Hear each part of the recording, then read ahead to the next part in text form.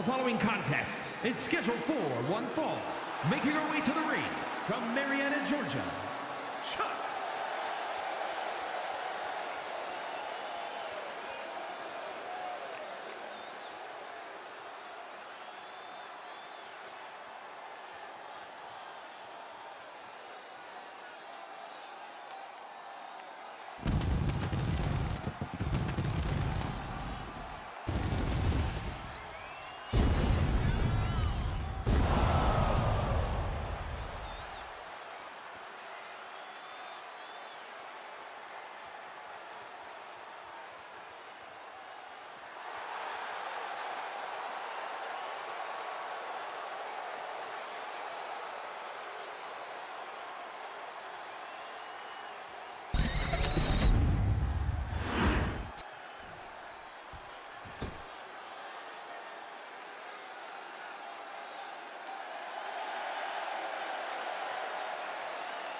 And her opponent, representing two-man power trip from Baltimore, Maryland, weighing in at 237 pounds, Rose.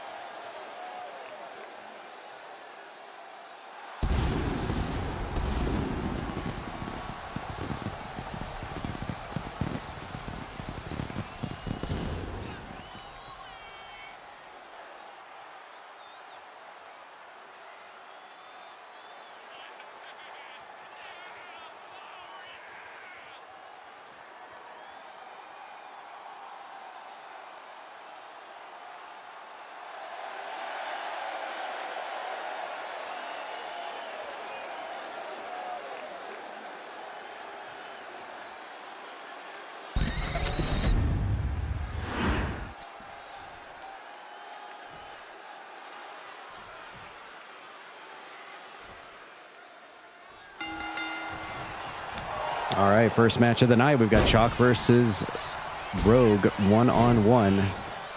To start us off, the RNG decided that this was going to be the match that was going to start off our night tonight. And I don't believe we've ever seen this match happen before, ever.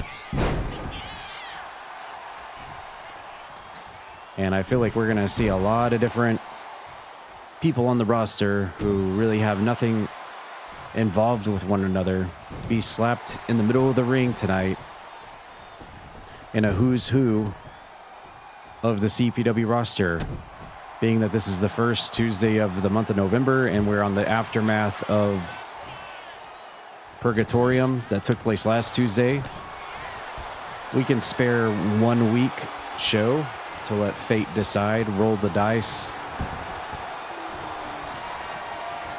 here tonight, and see who gets put up against one another in a series of matches. And who knows, maybe we'll get some really good ones tonight, depending on what RNG decides to throw at us. Maybe we could see teammates going against teammates. Maybe we could see friends against friends. Maybe we could see old rivalries come back again. Or maybe we'll see, like in the case of this match, two people that probably have never really crossed paths against one another before go heads up against one another out of nowhere. The random RNG will decide the fates of everybody tonight on this special CPW show.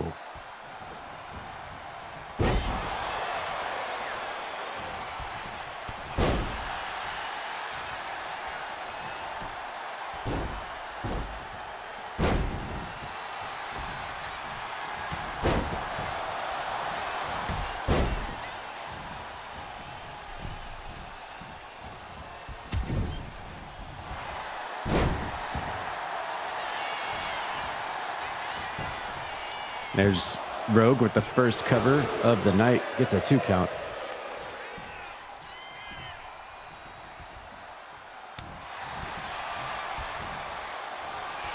A little bit too early in the match to be going for covers, but doesn't hurt nevertheless.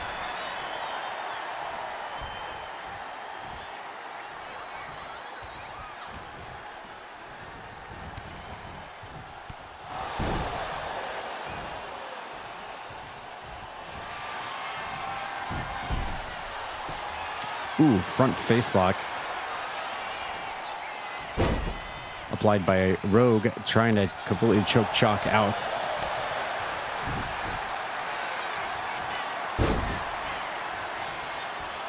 She gets out of that and works on the leg. Whoa, look at this, going for the figure 4 leg lock. We go from one submission to another here. It looks like Rogue's going to flip it over on her, reversing the submission hold right back at her.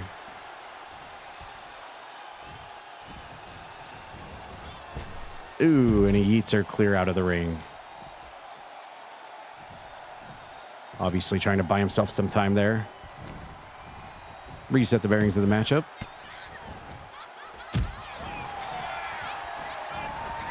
And there is Chalk. Nice uppercut. Sweeping the leg out from underneath and then hits a senton for good measure. Now Chalk's backed up into the corner. Ready to go for something here on Rogue. Hits him with the onslaught. And once again, Chalk blocks the leg out from underneath him.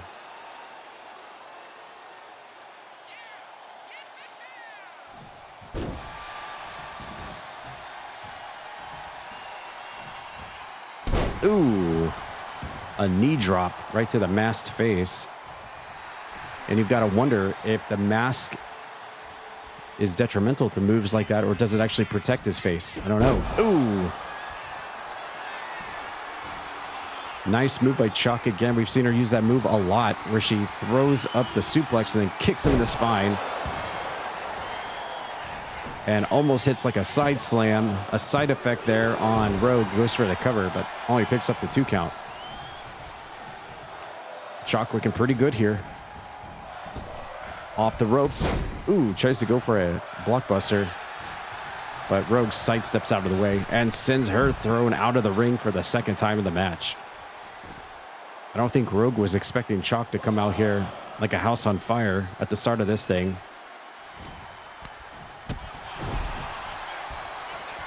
And now he's going to try to level the playing field, because it is, I would have to say, the advantage has gone to Chalk so far in this matchup. Now it's time for Rogue to try to get something going here.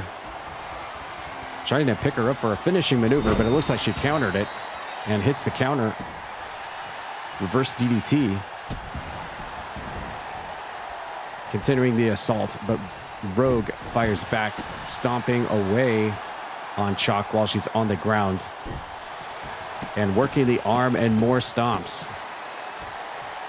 Now Rogue ascending to the top rope. Gonna go a little high risk here. Ooh, a top rope knee drop right to the face. Connects right on the mark. Goes for the cover. And almost gets it, surprisingly. Chalk now backing up into the corner. And throwing Rogue there instead.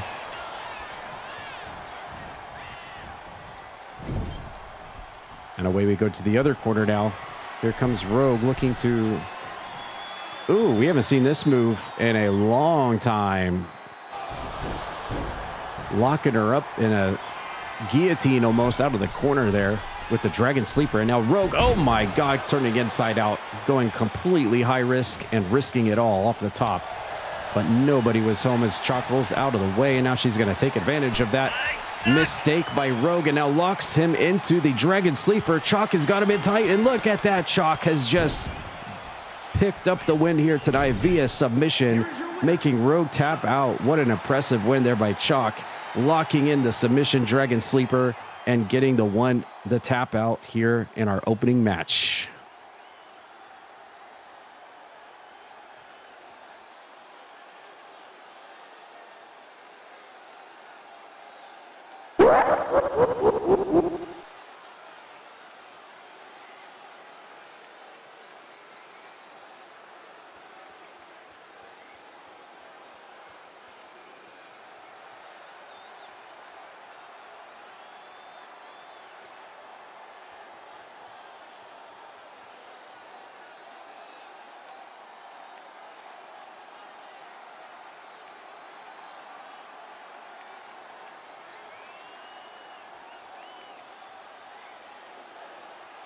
You just made the list!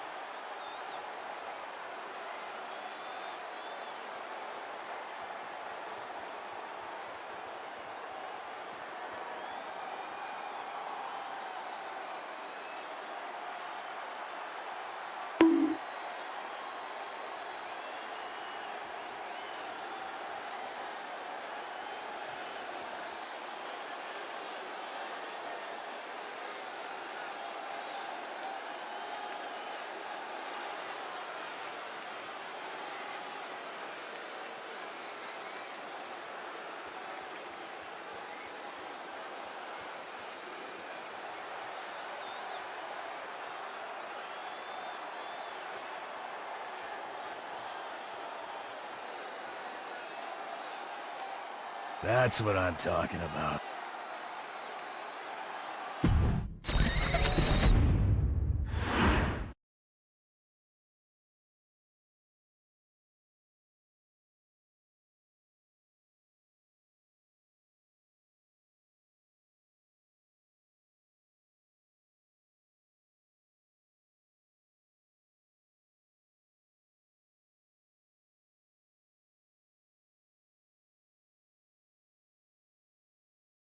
No, you. Okay, so as I was saying before, for those that didn't catch it at the beginning of the stream tonight, we are completely RNG focused. Surprise, you get a behind the scenes look of what everything looks like on our normal Tuesday night. So for if you weren't here at the beginning, what I said was since today is the first Tuesday of November and it's the aftermath of our big major show last Tuesday, we're doing things a little bit different tonight, a little bit of a bonus event tonight. And we're letting RNG decide all of the matches. So we're just going to click the little randomize button, and whoever it lands on the CPW roster is whoever it lands on, and then the same for the opponent. And that's how we are choosing our matches tonight. We are letting the luck of the draw decide who faces who. So let's get into our second match and see what fate and the RNG gods have decided for all of you tonight here at CPW in our second match. Let's go. And our first opponent for match number 2 is going to be Feats, our Twitch.tv television champion in action. Coming up next against, let's see who his opponent will be tonight. Champion versus Alicia. Okay, quite the match. Let's go. Feats versus Alicia, match number 2.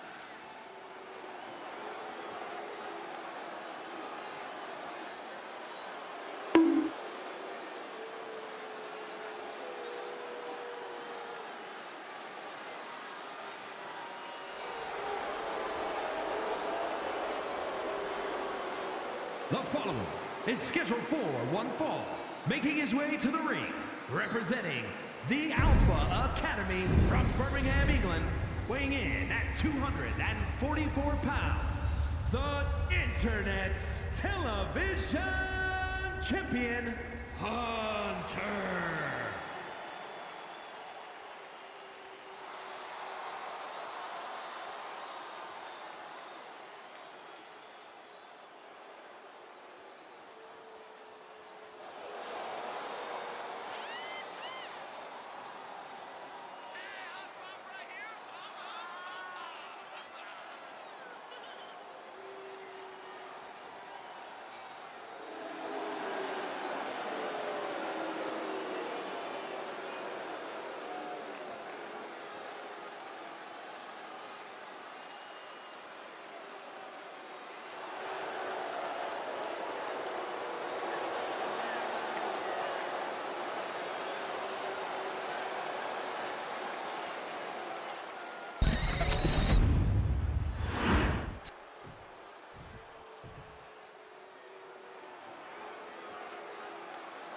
And his opponent, representing the Acolytes, from Dover, Delaware, Ali Shaw.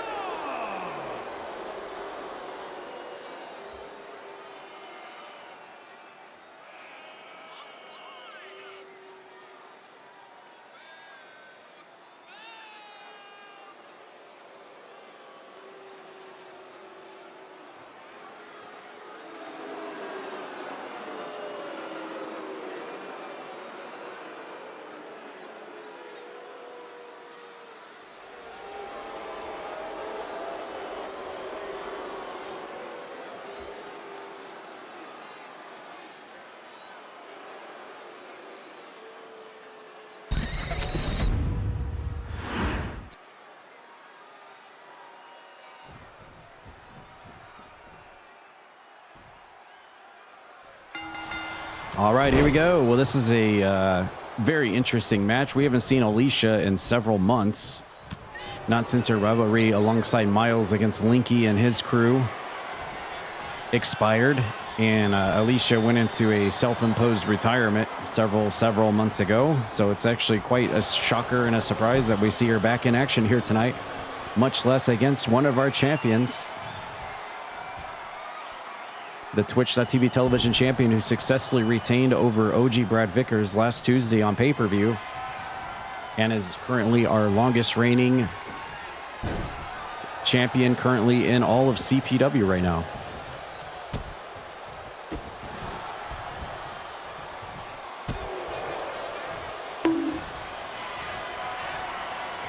Apparently Celestia is in a big mood to fight somebody tonight. Apparently she's telling everyone backstage she can't wait to get her hands on someone. Let's hope that the RNG gods select Celestia tonight so that she can get it out of her system.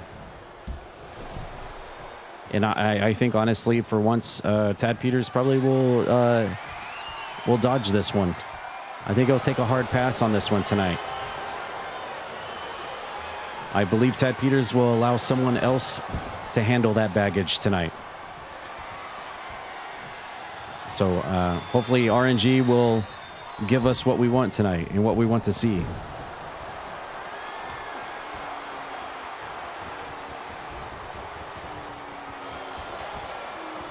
Feet's locking in a side headlock onto Alicia.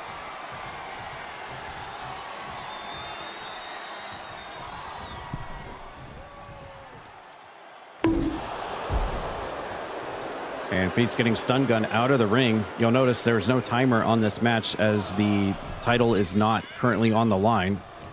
Just a standard match here applies. Alicia fires back, hits a head scissors. Goes for the lateral press, but Feet's immediately kicks out. Alicia hitting the drop kick out of nowhere. Takes Feet's off his feet. Springboard by Alicia off the middle rope.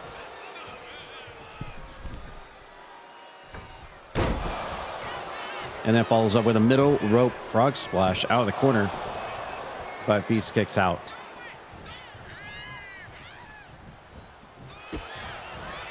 X Factor from Alicia to follow things up. And it looks like she does have a finisher locked in. This will certainly help her. I think she's going to go for it here. And up and over she goes. Nice move there. 1-2, almost gets to 3 there. Wow. And Alicia showing some signs of frustration. Thought she had it.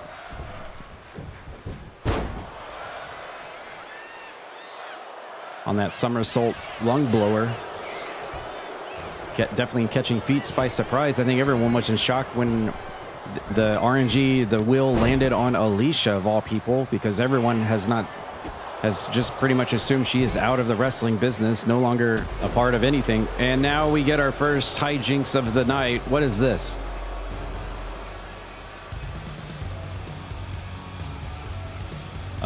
Someone's music has played and Alicia is distracted. Dakota Kai has apparently entered the ring from WWE and has decided to attack Alicia and hits her with her finishing maneuver. Formerly WWE's very own Dakota Kai just attacked Alicia from out of nowhere and helping Feets. I don't know if it's more of a situation of she's friends with Feets, or maybe it is that she just has something against Alicia. I'm not sure. You never know. But we just saw it happen right there. Dakota Kai comes out, interrupts the match, and attacks Alicia from behind. It's here. Oh, it's here. It's a tornado. It's right here. Speaking of tornadoes, there's a discus punch from Feets, but Alicia kips right back up to her feet, and Feets takes her back down again with a lariat. And a running forearm shiver shot from Feets while Alicia's down on the mat. By the way, if anyone goes off tonight to watch the episode on your HBO Max or Discovery Channel apps on streaming, let me know what you think. Show your friends, your family, anyone that's in the room with you while you're watching it. Co-workers, Say, hey, I know that guy. I know that guy. He posted that tornado video specifically for Discord first, for all of us. And then it went viral across the world. As Alicia picks up the win over Feats. Look at that, Alicia. We haven't seen Alicia in months. She comes back on RNG night and gets a win over one of our champions. There you go. Big win for Alicia in our second match tonight.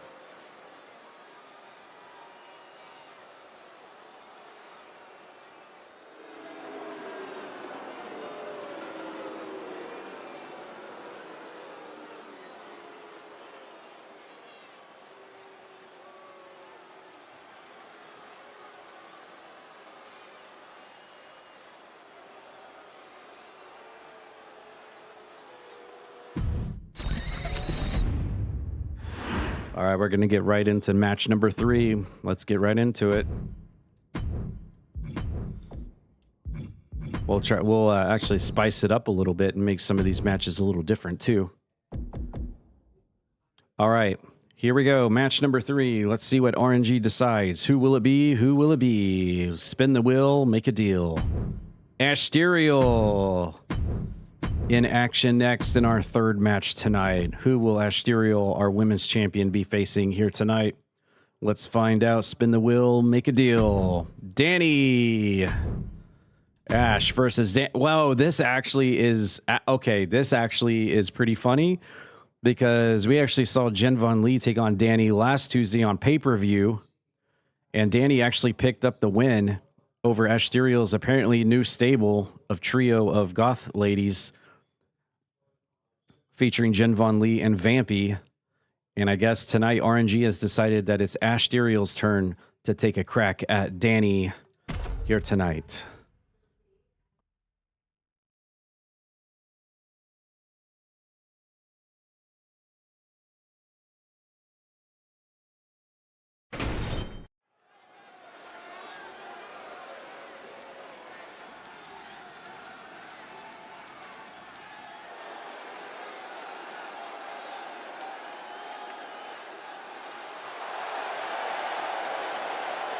The following contest is scheduled for one fall. Making her way to the ring from Louisville, Kentucky, the Women's Wrestling Champion, Azriel.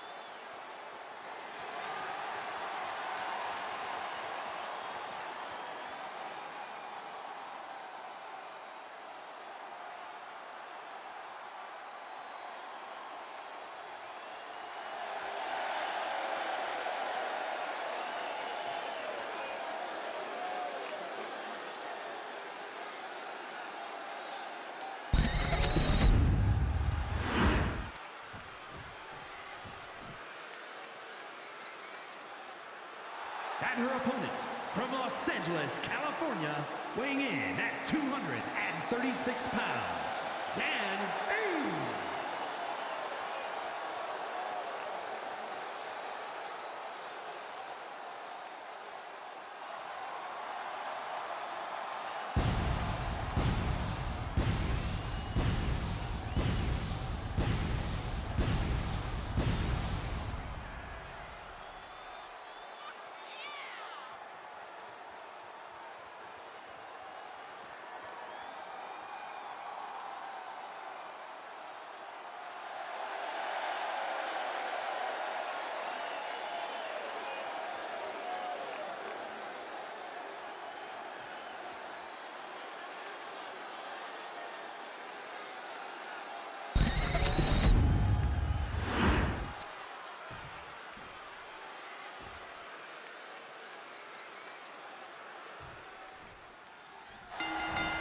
All right, here we go. Match number 3. Let's do it. Asterial versus Danny. Almost like a payback match from what happened last Tuesday when Danny was able to actually take down Jen Von Lee one-on-one on pay-per-view. Of course, Asterial was not booked on last Tuesday's event, unless I just forgot about it.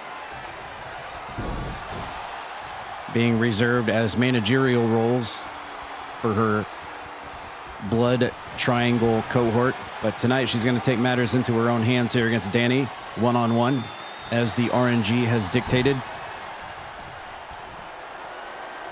Coming up after this match, we'll start throwing in some, maybe, can you randomize the match types as well? Is that an option? Like, can you randomize, like, steel cage, hell in a cell, table match? Is that an option? If that's not an option, then maybe we'll just let the cursor scroll, and then I'll open my eyes, and whatever it lands on, it lands on. We'll make it full RNG tonight, full chaos. There's Danny with the first cover onto Ash, hooking the leg, but Ash Cereal's immediately going to kick out. I'm hearing Pizza Dude's got 30 seconds. Pizza Dude's got 30 seconds, and I'm hearing in this weekend, Pizza Dude's going to be hanging out with Croakitoad this Saturday. Danny going off the ropes the first time, going again, middle rope, going for the double axe handle, and clocks Asterial right over the head, and then drops a leg drop for good measure. What's going on, Trash Bag Sev? Welcome in. Tonight is all RNG versus RNG night. We are letting the RNG gods dictate what matches take place. Weekends are always grandkids. Make sure to check me out on HBO Max or Discovery Channel. Check out my Tornado episode. Gather the family around, the wife, the kids. Say, I know that guy. I've known that guy since 2010. He was in a tornado. Look at this. Nice leg grapevine by Danny, working on Asterial's leg. The left leg, the knee joint. And it goes immediately into a sharpshooter. Danny, who I feel trained in the Hart Dungeon under the tutelage of Bret Hart, as you can tell, utilizing a lot of his moves and techniques. A top rope leg drop, guillotine leg drop, going for the cover on Ash, but she kicks out. Definitely not more of an Owen Hart style move there, I would say. Risking it all with the top rope guillotine leg drop, but it does pay off. But Ash is still alive in this match, proving why she is the CPW Women's Champion and survived one entire hour long inside a Hell in a Cell match against Spinny several months back. And here comes Ash now with a fierceness, short arm clotheslines, and outside crescent kick, as it looks like Asterial is trying to turn the momentum around here and stomps away on Danny. Ooh, just choking him out, or working on the right arm. Just trying to go after all the extremities here while Danny's down on the mat. Working the arm again, left arm. Danny gets out of that and rushes and hits the Bulldog. Goes for the cover right after the Bulldog. And almost gets it.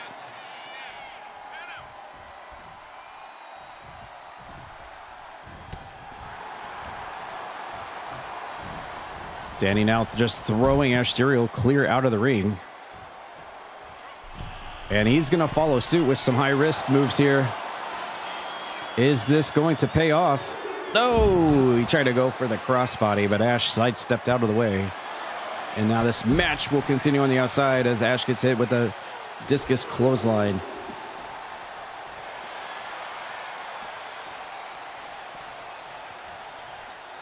And we have this fabulous corner cam here watching the action here in our third match of the night.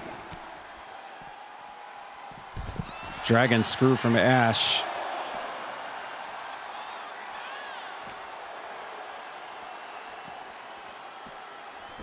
And she sends Danny back into the ring before the 10 count. Ash a little bit quicker, going for the toe kick, maybe going for that chokehold, that rear naked choke.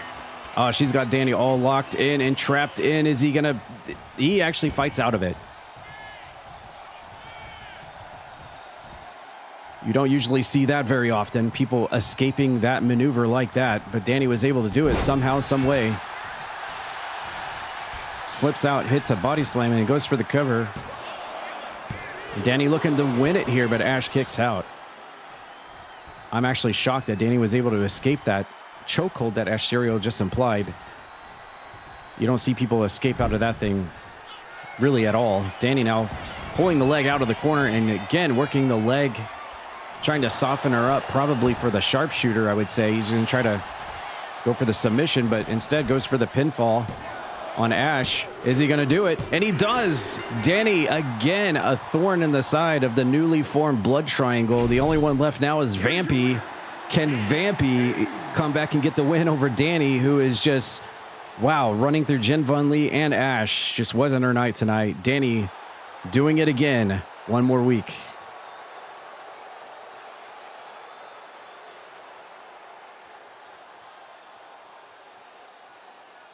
I'll take this then.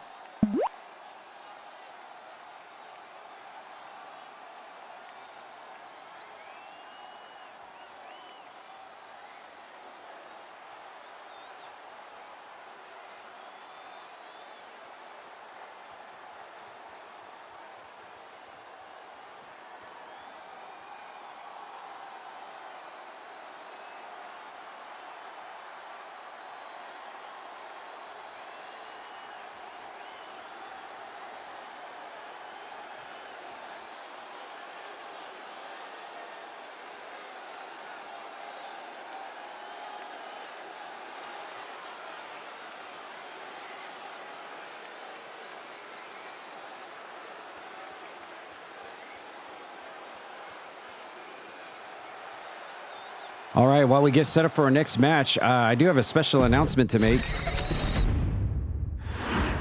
Apparently, Coke wanted to bring to everyone's attention watching live right now that not only am I on, the newest episode of In the Eye of the Storm, telling my story about how my video went viral and everything, but apparently there was also another special guest that we all know from the show as well that was special on the show that I missed. And apparently he was also on the episode as well. So we did manage to get a picture of that. And we'll show you right here. We've got apparently Robert Jarvis was also a special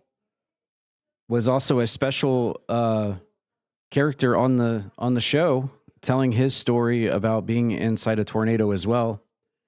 And he's also on the episode that I'm on. And he's right there. And it looks like he's wearing the same shirt I did and wearing my same necklace, but apparently brought his own glasses. So, be on the lookout for In the Eye of the Storm on HBO Max Discovery Channel. You can see me on there, my tornado video that went viral around the world on all the news channels.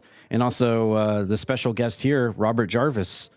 He was not an eyewitness of any tornado storms, but he was certainly sucking. That's for sure.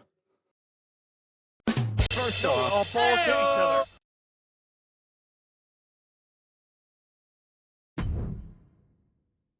I love googie heads.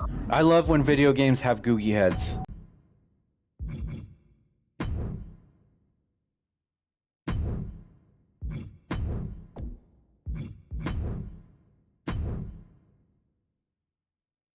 You know what? No, let's spice this up. Let's make this a four-way. We're going to have a four-way Extreme Rules. No Cam tonight. Not for Tuesday Night Wrestling. Sorry, Pocket. Sorry to disappoint. No, don't usually do webcams for Tuesday Night Wrestling. All right, look, we're going to do an four-way RNG Extreme Rules match. Let's go. Who's going to be involved in a match where you can use weapons? Let's see who's number one. Oh, well, that checks out so far. All right, who's going to be entrant number two in our RNG four-way hardcore matchup? Let's go. Ooh, okay. It's going to be Hype as number two. Who's going to join this wonderful brawl? Number three. Nope, you've already had a match. Padge. All right, we got Kadaj Valentine in there as number three. And who's going to be number four to round out this ensemble? Number four is going to be Connie, the magical girl, Linky's favorite friend. All right. So there you go. What a hodgepodge mixture of competitors we have here about to do battle. Let's switch up the weapons a little bit here. Let's make it real spicy. We got to make it real spicy for Jess Moxie, who's in there. All right, we got elimination rules, false count anywhere. You just made the list. Let's go. We got Jess Moxie versus Hype versus Kadaj Valentine versus Connie. And let's see who's going to win this one. What an interesting match that RNG has decided tonight. No dildos? No dildos in this one, or any kind of sex toys. What? Oh no! I mean, I'm sure you could use some of the weapons as sex toys if you want, but no specific sex toys are engaged.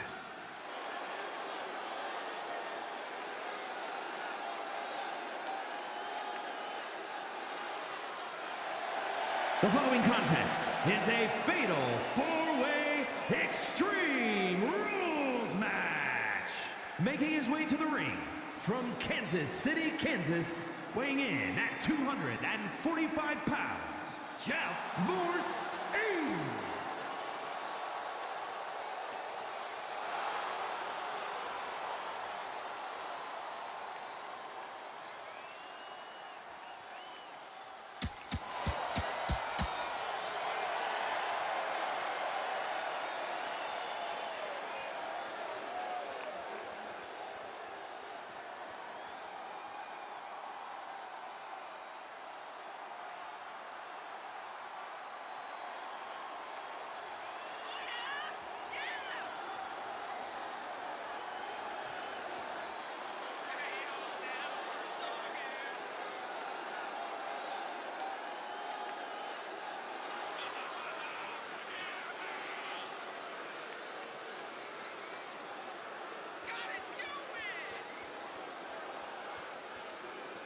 What did I do with a parking cone? Well,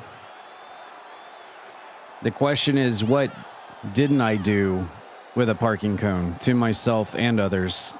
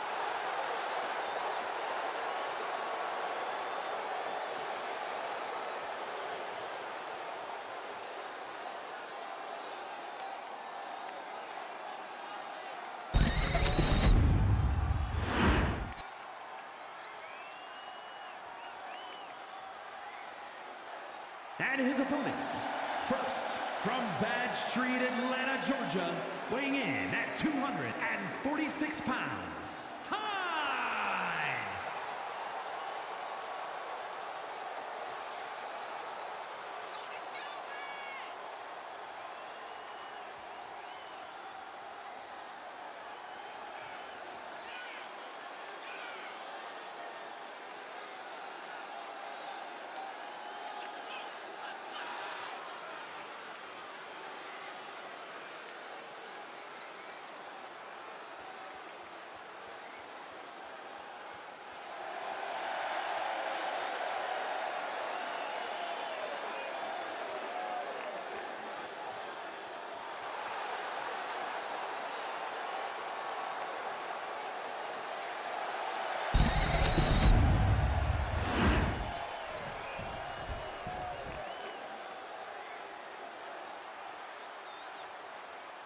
And from Manchester, England, weighing in at 200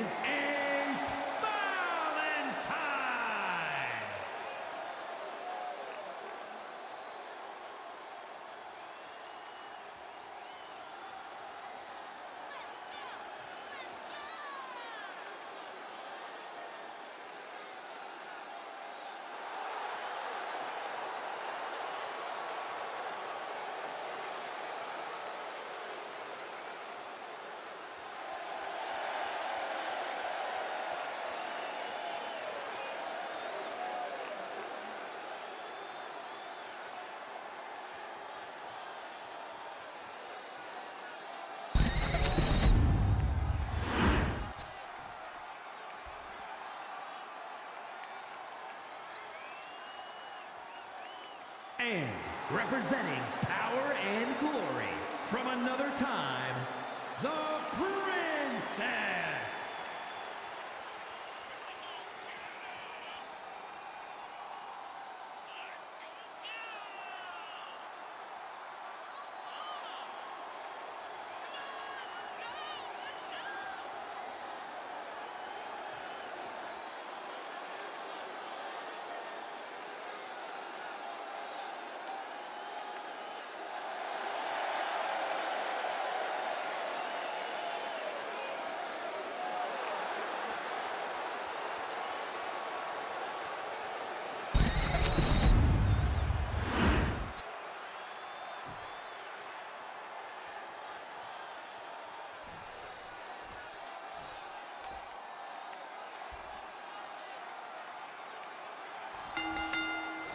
All right, we got ourselves a fatal four-way match set for elimination rules and under the hardcore rules as well. You would immediately think that Jess Moxie probably has the home field advantage on this one, considering that's his bread and butter, but we've seen just how feisty and nasty that Connie can get by attacking people and trying to put them out on the injury reserve list, so she might as well be part of the hardcore division as well.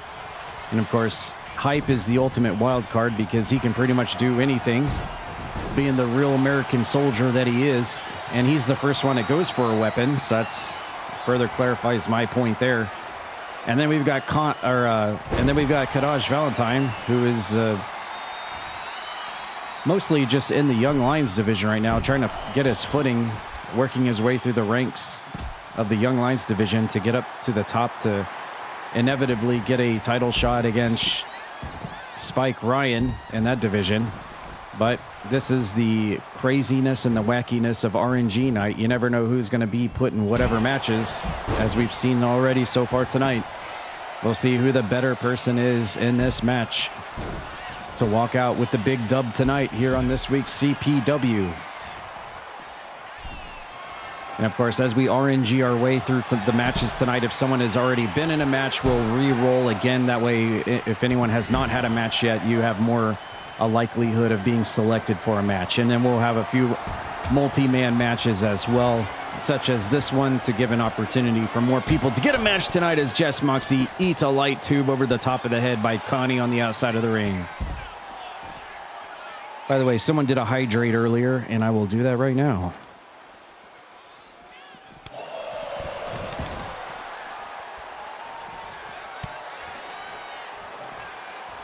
By the way, there will be a change of plans and scheduling this weekend. I know originally I told you all yesterday and the day before that there will be streams over the weekend. That has actually been changed. I will actually no longer be here this weekend. Plans have changed. So tomorrow night will probably be the last stream this week. So just FYI to everybody, I will be gone. Oh! Well, he tried to throw something at Hype, but it glitched out of the existence. We'll be hitting the road and going to work this weekend after all. So tomorrow night will be the last stream for Croakitoad this week. But in good and better and more positive and smile in all capitals news, Croakitoad here will be hanging out with Asterial and Zazarus this weekend. So that should be fun. Look at Hype going for a pedigree on Kadaj Valentine on the outside, and then shoots the half, rolls him over into a pinfall. This is elimination rules, so one by one, they're going to drop off left and right until there's only one person left in the match. We got trash cans, steel chairs, kendo sticks, and everything in this thing. Oh, a crossroads from Hype onto Kadaj. He hit the pedigree and the crossroads. 1-2 punch there.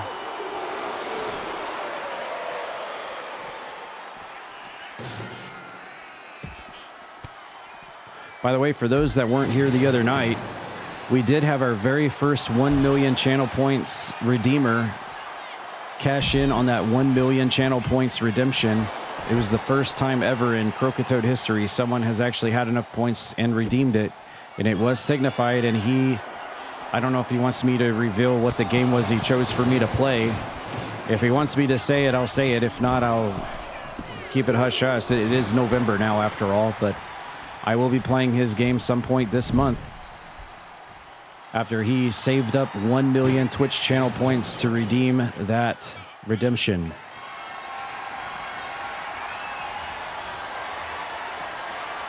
Jess Moxie face first over the ring apron as Hype uses a barbed wire bat on Jess Moxie.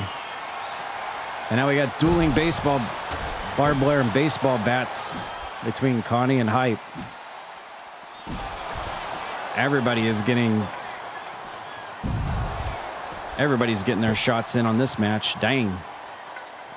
I think everybody's been whacked in the head at least once so far. Wow, Kadaj going for the steel ring steps. These 4 people are absolutely tearing up the ring stage area. Oh, and Connie eats steel step. Oh my God, and she gets the steps thrown on top of her. Ouch.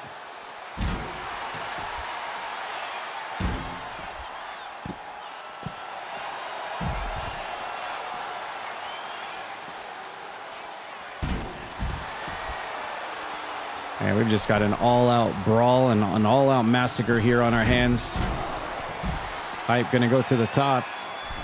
Well, no, he changed his mind. Garage pops Jess Moxie in the face, goes for the cover, and Connie eats the steps again.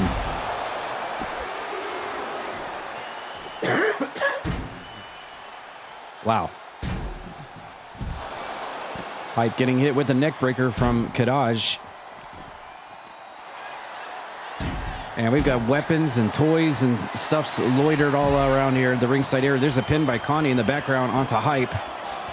But he kicks out in a pile driver. Kadaj getting his head spiked into the pad on the outside of the ring. But no, he's able to kick out as well. Tons of near falls going down. Jess Moxie flipping off everybody tonight. Connie going for another cover on Hype. But he kicks out. Kadaj maybe going for Death Valley Driver. Oh, he hit it. Kadaj, the master of the DVD here at CPW. What? Was that a... Oh, the referee got wrecked. I was like, did the game just glitch? What's happening here? The referee got wrecked in the middle of this madness. Our referee is down, so she could not count the 3 count. All right, referee's finally up. Somehow amidst all this carnage and weapons and... Oh, and Jess Moxie eats another light tube, fluorescent light tube to the face. Second time in the match. Here comes Hype. Oh, he missed the nightmare kick. We've got Connie and Hype in the middle of the ring. Jess Moxie and Kadaj on the outside. There's another Death Valley Driver onto Jess Moxie, and I feel like Jess Moxie might be out of it on this one after eating 2 fluorescent light tubes. Wow, the referee slow count there, and wow, the hometown advantage man of the match, Jess Moxie, who is basically the #1 contender for the Hardcore Championship, eliminated first. That is quite the shocker and the surprise. He was the hands-on favorite to win this thing. But after getting hit in the face twice with 2 fluorescent light tubes, among many other things, I mean, it's only apparent that he was dunzos, and it looks like he's glitched. What's Hype gonna do here? Oh, there's that knee press that we saw Hype do last Tuesday on pay-per-view when he made his big return to CPW, and he gets the elimination.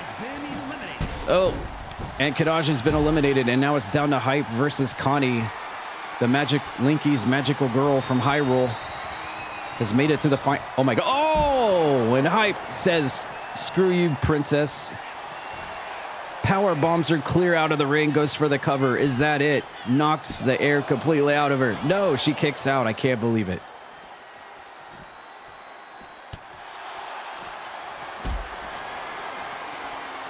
Here comes Hype, gonna go for it again. Another sit-out power bomb. This time on the outside. I don't know how Connie had... Oh, she went for the quickie roll-up there. Almost sneakily got the win there. Reverse Irish whip, sending Hype off his feet. Where's she going? Oh, she's gonna try to go. She's gonna try to go high risk here. Oh, Hype, nice move. Slips back into the ring, and Connie crashes and burns and eats a stick with nails sticking out of it right in the face right as she gets in the ring. That's got to be it. What? How did she kick out of that? Even Hype is absolutely stunned that she was able to survive a stick with nails sticking out of it right in her face. But the match will continue. Hype, nice move there, hitting a power slam off the rebound of the ropes. Off the top, trying to go for a moonsault, but Connie moves out of the way. And she sends Hype clear out of the ring again.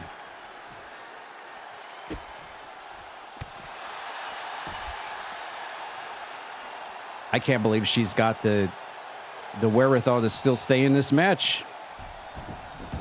She should have been done like 2 moves ago, but she's still in this thing. Terrorizing everybody in this matchup. Can she seal the deal here? Side backbreak? Yeah, side backbreaker. Into the submission press. And Hype is at her mercy right now. Ooh, a back chop. She's going to go up top. She's going to go high risk. Oh, shooting star press off the top rope onto Hype. Nails it. Is she going to win with it? No. Hype kicks out.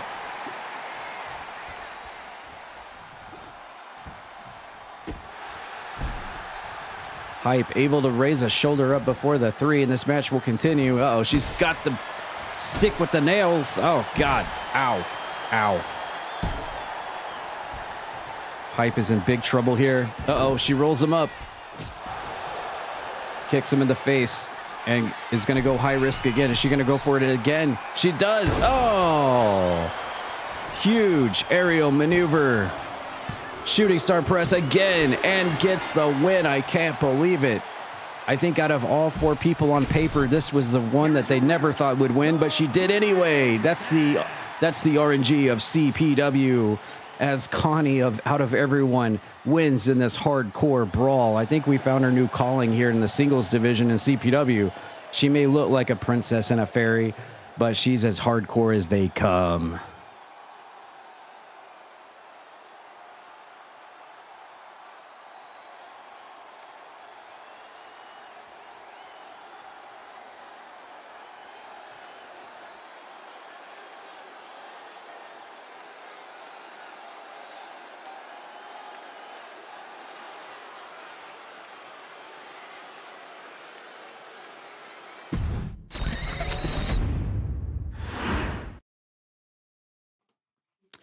All right, for those that are just jumping in and you weren't here at the beginning, what we're doing tonight is completely making an RNG night. We're letting RNG completely dictate all of our matches tonight. But this time we're going to have a one-on-one tables match just to kind of spice it up a little bit more tonight, so it's not just regular singles matches. So what we're going to do is we're going to come over here to the CPW roster. We're going to hit randomize, and whoever it lands on is in the match. This will be, I believe, match number 4 or match number 5. And this time it will be a tables match. What will RNG dictate? Who will come into the match to have a tables match? Spin the wheel, make a deal. Let's go. Sneaky. Sneaky will be taking on, let's see who it is. Mr. Coke. Oh no. They're technically on the same team. They're friends, they're allies. They're both part of the Coke Squadron, but tonight it doesn't matter, as it will be Sneaky versus Mr. Coke in a tables match. Allies against allies. What?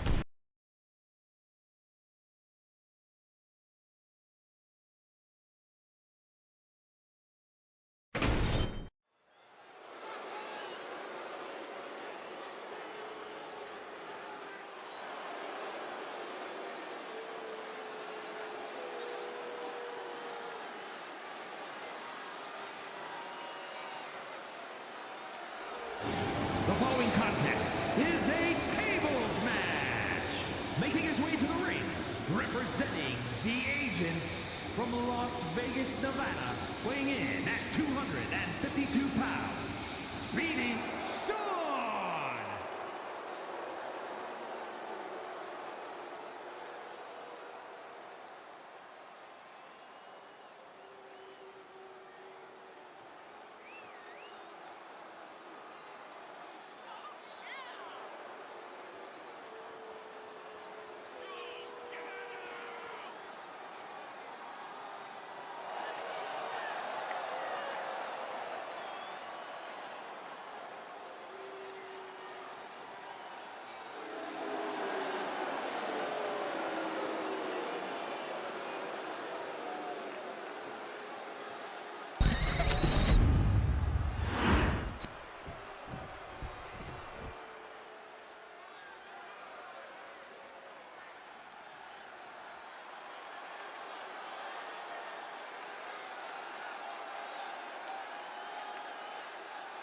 And his opponent, representing the Agents from Greenwich, Connecticut, weighing in at 239 pounds, Mr. Cole!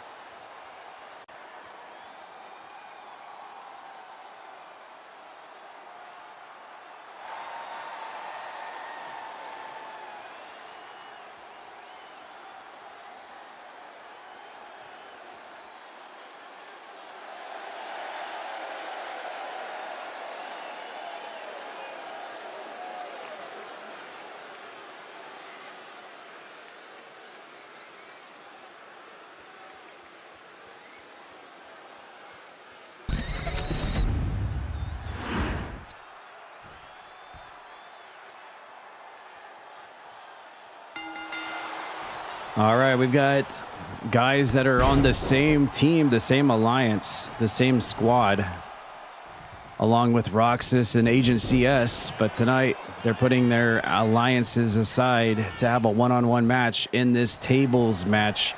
The only way to win, to crunch somebody, crack someone's can through a table. There are no pins, there are no submissions, which makes it definitely a different kind of match type.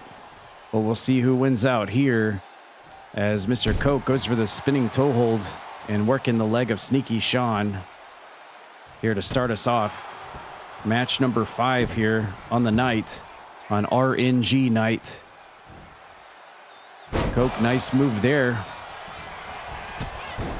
A little Coke soda twist, but Sneaky comes back and kicks him in the side of the head. And now working the left arm with the arm twist.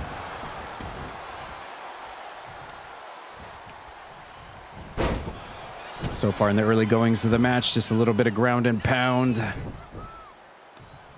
And a little bit of submission work here to try to wear each other down before the tables start entering the equation.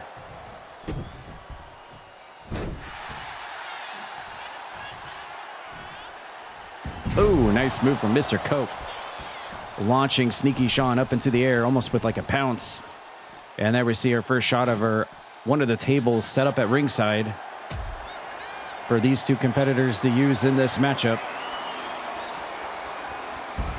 And they can actually crunch each other through the table here at ringside as well. It's entirely possible. They don't even have to move the table. They can just go for it right there. But it looks like Mr. Coke is going to bring the table around and bring it into the ring. Our first table has entered the match. Mr. Coke, Irish whip, and hits a shoulder block to put Sneaky Sean down. Mr. Coke setting it up. Setting the buffet table up.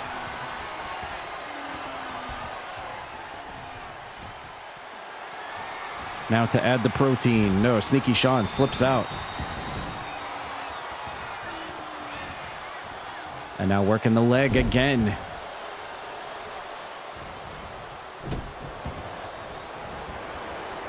Ooh, Sneaky Sean with a little taunt to Mr. Coke. Blizzard, please. Getting a little personal here. Sneaky Sean now battling Mr. Coke. Uh-oh, off the ropes. Ooh, Sneaky Sean gets thrown clear out of the ring. Mr. Coke now going to the top rope. Oh, big time elbow drop to the outside of the ring. Clear off the top.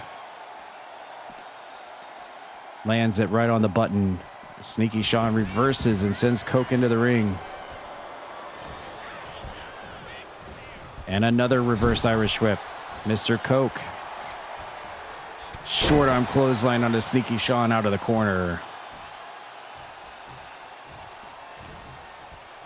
And now he's bringing Sneaky Sean towards the table. Is this going to be it, ladies and gentlemen? Uh-oh, I think Mr. Coke is... No! Oh, and Sneaky Sean below the Coke cans, below the Coke bottles. Sneaky Sean going for Coke's bottle caps after he almost got crunched through a table. It looks like Mr. Coke has recovered swiftly. And instead of attack, we'll go for another table.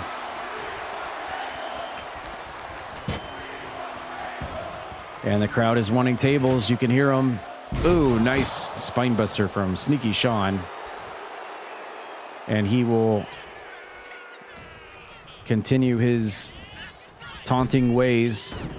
And now sends Coke off the ropes. Nice Hurricane Rana by Sneaky Sean. Kind of an eccentric move for someone like him. Never really see him use moves like that. But Sneaky Sean whacking Coke in the face with a table and now setting it up. But it got... Oh, no, it got collapsed. Like that table that I was doing my pumpkin carving on. That table... Oh, my God! Did you see that? Sneaky Sean just yeeted Mr. Coke out of the freaking ring through a damn table. I've never seen that before. Oh, my God. That was insane. I have never seen that before.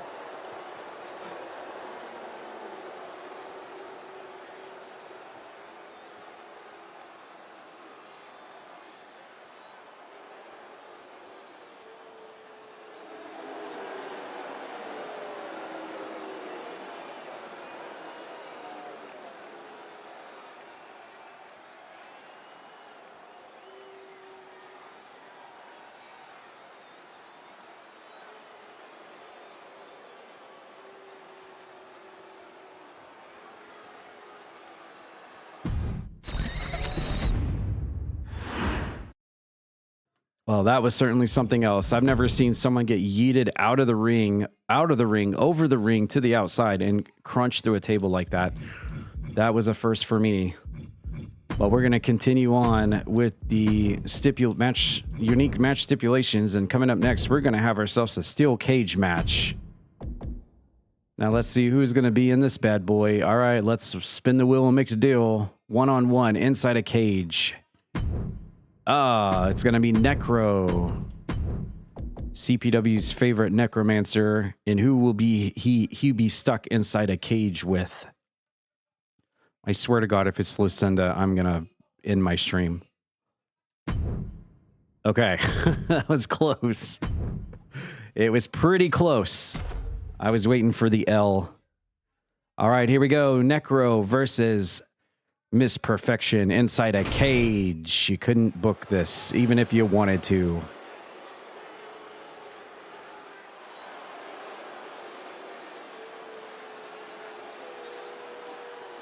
The following contest is a steel cage match. Making his way to the ring, representing the Terrors from Indianapolis, Indiana, weighing in at 253 pounds, a Necromancer.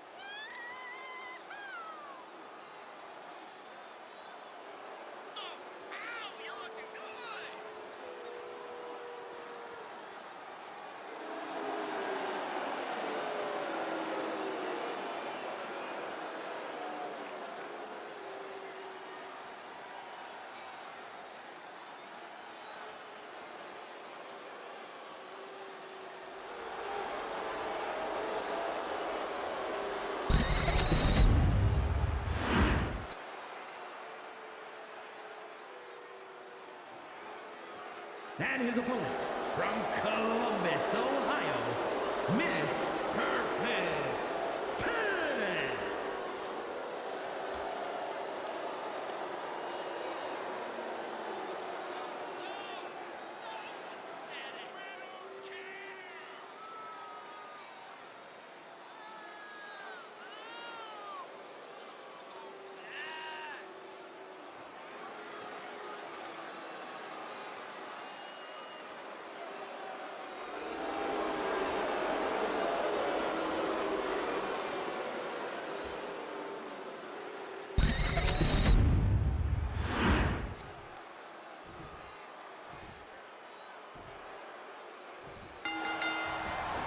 All right, here we go. We've got quite another unusual and awkward matchup. We've seen some that actually have made sense so far on the night, but this one is definitely across the board a very interesting and unique one, as I don't think Necro and Miss Perfection have ever really crossed paths before in our normal storytelling and plot armor of CPW, but that's what RNG night does for you. It pits anyone, literally anybody on the roster, literally against anybody. And this is what we get. Inside a steel cage, we've got Miss Perfection, the veteran, one of the veterans of the women's division, taking on Necro, the resident CPW necromancer, the husband to Lucinda, and a resident of the CPW hardcore division, trapped inside a cage together on a night where you never know what's gonna go down or who's gonna fight who.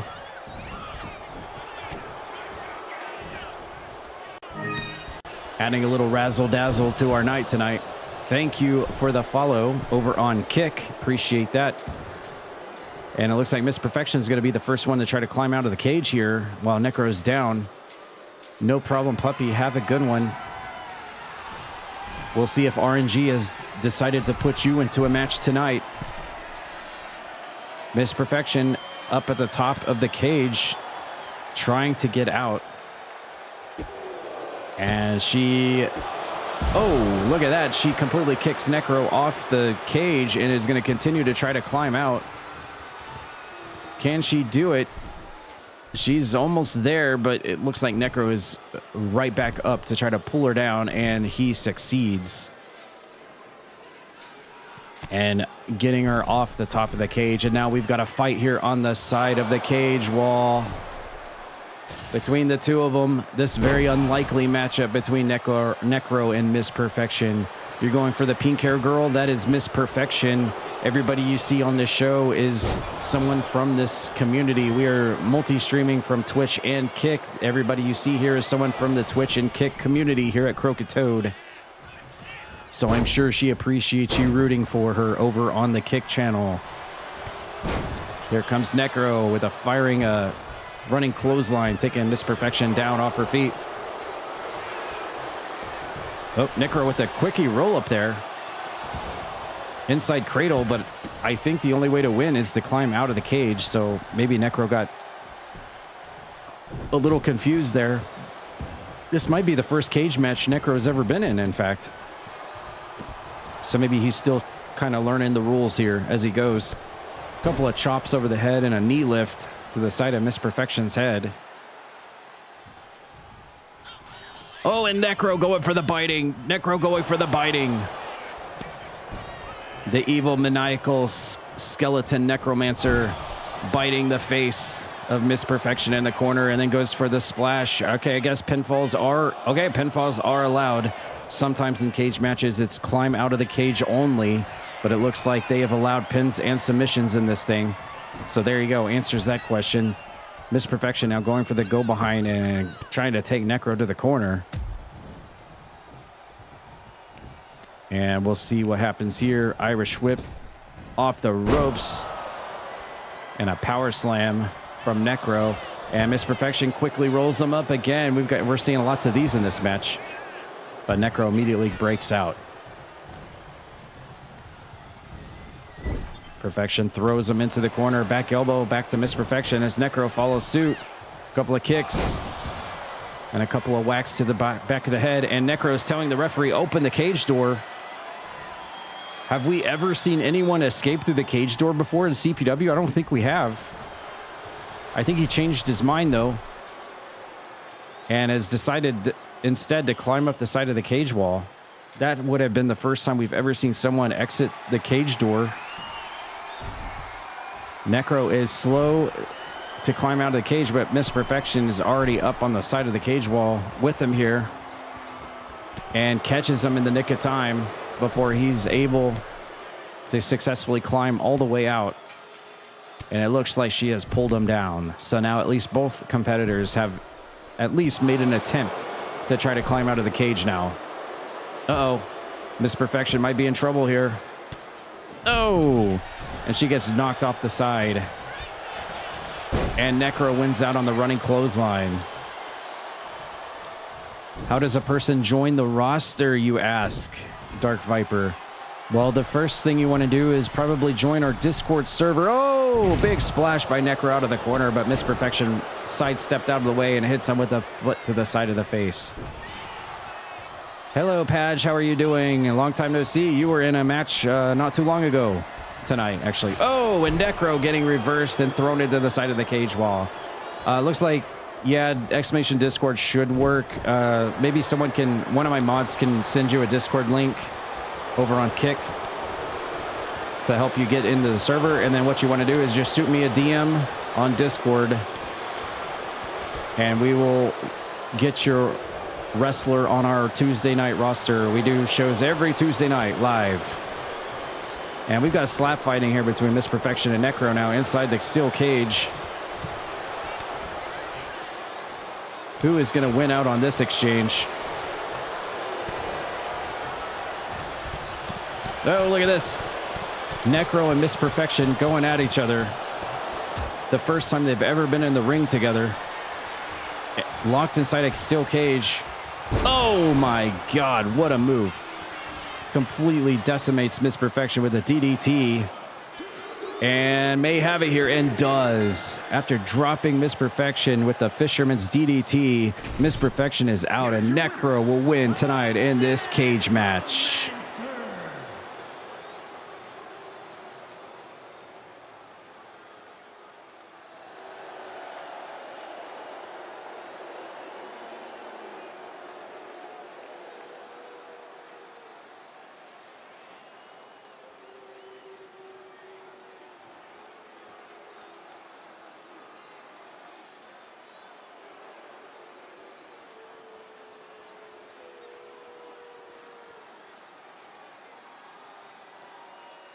Oh, there you go.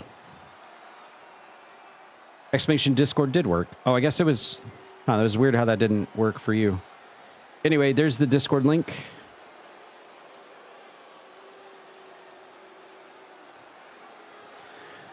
Just shoot me, Croakitoad, a message on DM on Discord, and we can talk about how to get your wrestler on the show every Tuesday night. That's when we do our shows, Tuesday nights. Been better. 3 in the morning and Mini Padge is awake and wired. Oh, that sucks, Padge. I can only imagine. I can only imagine having a wired child. All right, we're going to do a really big match here. We're going to do an 8-person battle royal match. This is going to get a lot of people in a match next. So we're going to do an over the top rope 8-person battle royal. This is, by the way, if anyone's just tuning in tonight, we're doing something for the first time ever in CPW. We're letting RNG decide. This is an all RNG night tonight. So what we're doing is we're switching over to the CPW roster right here. Almost 100 full wrestlers on our roster from the Twitch and Kick and YouTube communities right here in the Croakitoad community. And we are randomizing to see who is in each match. And we are on match number 6 now. And let's see who we get in an 8-person over-the-top rope battle royal match. Let's go. Who's number 1? Raji, the former world heavyweight champion, is going to be number 1. We've already filled the ring up quite largely already, just with that one competitor. All right, who's number 2? Oh, our Kappa champion. Do we put the Kappa title on the line in this? Do we put the Kappa title on the line? Huh? What do you think, Alba Dragon? Do we put the Kappa title on the line in this? Huh? Do it. Okay, we'll fucking do it. All right, let's do it. Kappa Title 8-person Battle Royal Kappa Title match. Oh my fucking God. This is going to be huge. All right, who's next? We've got Raji. We've got the Kappa champion, Aiden Gallagher. This has suddenly turned into a title match here at CPW. All right, we got more competitors. Who's it going to be? Oh, one half of the World Tag Team Champions, Anubis Khan. This match is starting to get big with some big boys already. All right, who's next? Roxas. Okay. The great and powerful Roxas has entered the match now in this 8-person Battle Royal match. All right, who's next? Nope, you've already had a match. Mr. Kantot, CPW Sexy Man, has entered the match as well. Who's next for randomization RNG night? Jimmy Zaz. Jimmy Zaz is in the match. We've got ourselves quite the hodgepodge mixture of competitors already. All right, who's the last two? Oh my God, the Welsh Mosher. Both of the World Tag Team Champions are in this match. And you literally have like most of the biggest guys in CPW in this match. Both World Tag Team Champions are in this Battle Royal. All right, who's the last competitor? You know what? I'm going to do this. You know what? Let's do this. You know what? I'm not even going to RNG it. Wait, hold on. Before I do that, let's see who it would have been. The Repo Man. No. Let's do this. You know what? Celestia wants to fight tonight. She's frisky. She's feisty. She's like a firecracker tonight. She wants to kick some ass. Let's put her in the match with all these 7 other dudes, and let's see what happens to her. She wants to fight. She's going to get a fight. And you know what? If she wins, she'll be the new Kappa champion on top of that. I say that's a fair deal. Let's do it. All right, 8. Oh my God, I can't believe I'm seeing this match right now. Thank you, RNG. All right, let's do it. Let's go. We're going to see quite the mixture of roster people in this match, but this is RNG for you. Let's do it right here. Well, hey, at least Celestia knows this. She doesn't have to mess with Tad Peters tonight, so that should give her enough relief as it is.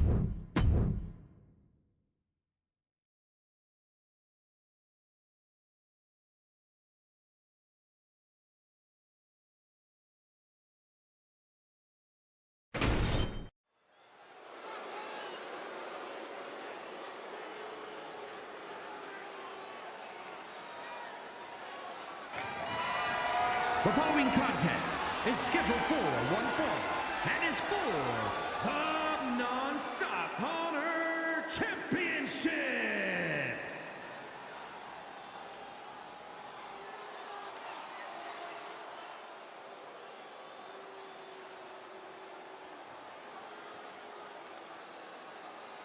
Introducing the challenger from Little Rock, Arkansas, weighing in at 344 pounds.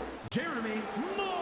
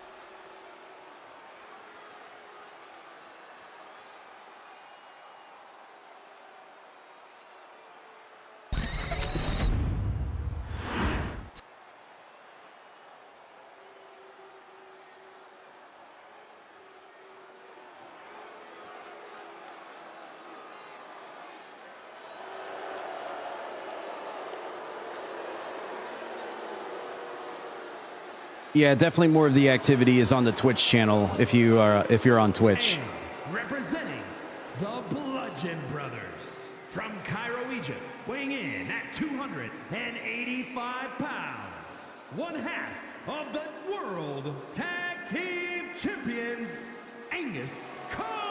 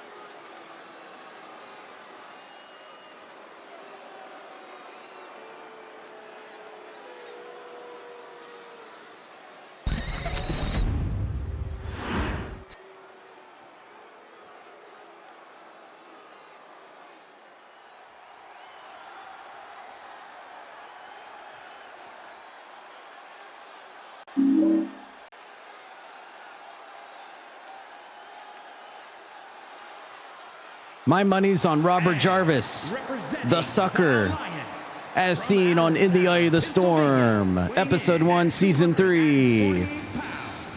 Roxas Jarvis, the new Kappa champion, right here tonight. My money's on him, the movie star, as seen on HBO Max and the Discovery Channel.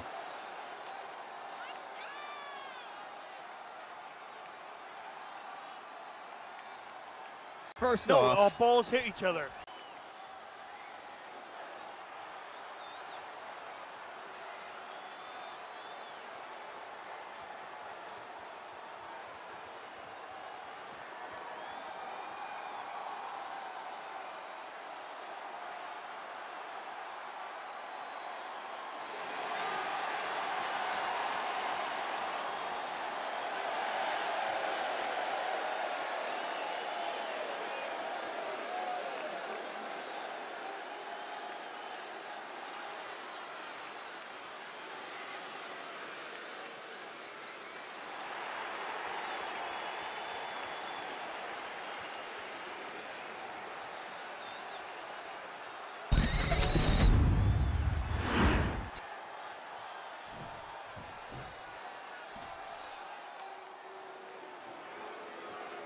And representing Vicious and Delicious from Las Vegas, Nevada, weighing in at 244 pounds, Mr. Kantot.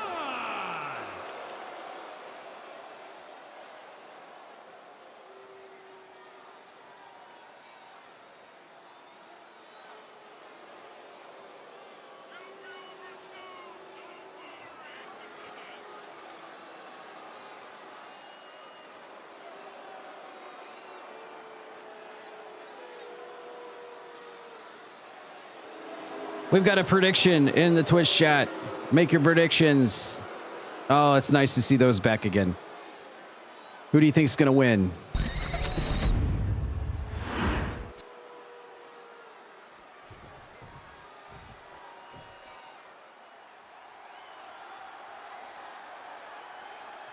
And representing the good guys from wherever he wants, weighing in at 215 pounds, Jimmy Silk.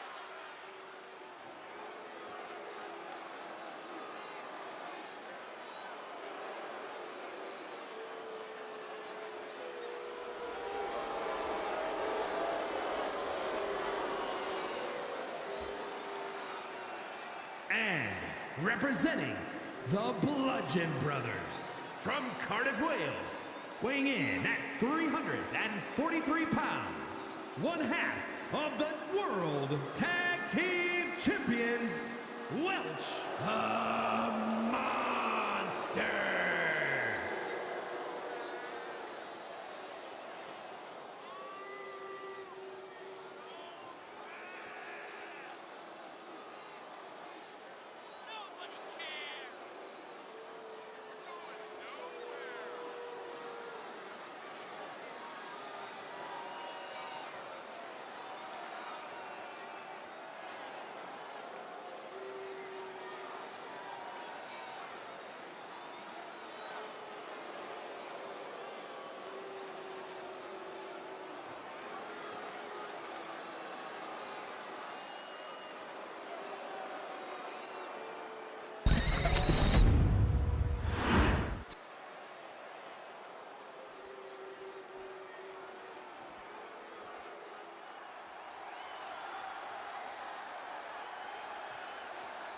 And from Miami, Florida, C-Lex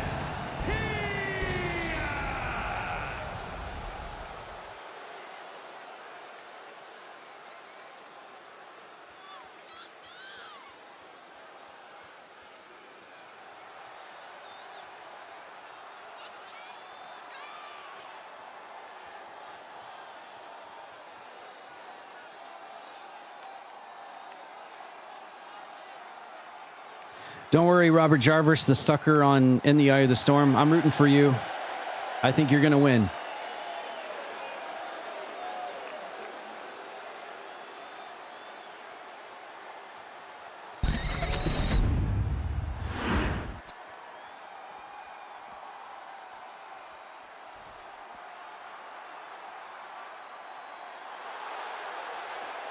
And introducing the champion from Glasgow, Scotland, weighing in at 251 pounds. I did, Bobby Jarvis, I did. Hey, you're famous. You're on the television show. Everyone knows your name now. You're like me.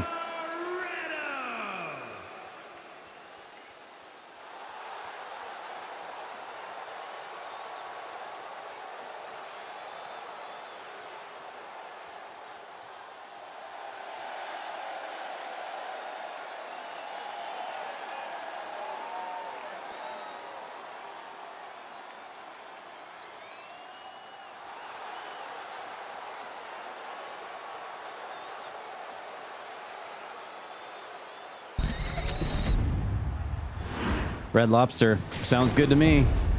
Give me some of that. All right, the ring is full, and it's time for this week's Kappa Championship match. Holy crap, here we go. We got Roxas kicking the champion in the face. We got Celestia trying to go off against Welsh Mosher. Jimmy Zaz and Anubis Khan and Raji and Mr. Kantot are squaring off right now. We got a ring full of everybody. 8 people, the maximum you can possibly have in the ring. The only way to win is to throw your opponent out of the ring ropes to the outside. There are no pins, there are no submissions. You just have to chunk your opponents out of the ropes and to the outside. And the last person left will become the Kappa champion. Will it be Aiden Gallagher? If he is able to actually survive. Uh-oh, he's in big trouble already. The last thing you want to do is be propped up against the ring ropes like that. That's not the best place to be. If Aiden Gallagher is actually able to walk out of this match and survive, I think that'll be the greatest moment in Kappa champion history so far in CPW. If he's able to actually overcome all of the obstacles in this, including both 100% of the World Tag Team Champions, both in this matchup. And 3 of the largest individuals on the entire CPW roster, by the way. Anubis Khan, Welsh Mosher, and Raji, 3 of the biggest blocks of meat, slabs of meat you'll find on the CPW roster. All 3 of them are in this match.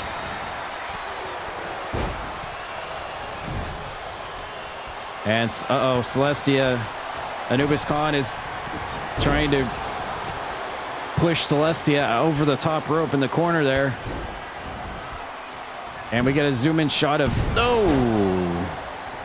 nice shoulder breaker from Aiden Gallagher, the champion, on the Jimmy Zaz.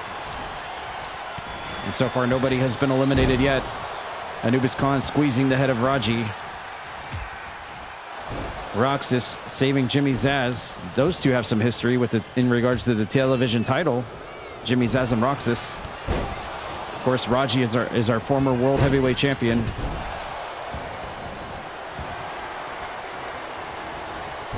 Nice reversal from Aiden Gallagher. Welsh Mosher on the ring apron. Nice springboard from Jimmy Zaz.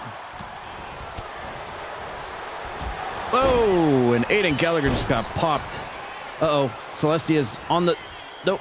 Okay, we see it in the background. Celestia just saved herself. Jimmy Zaz hits an unprettier on Anubis Khan. And Celestia is just getting manhandled in there as Raji uses ass-based combat on Mr. Kantot, laying on the ring mat.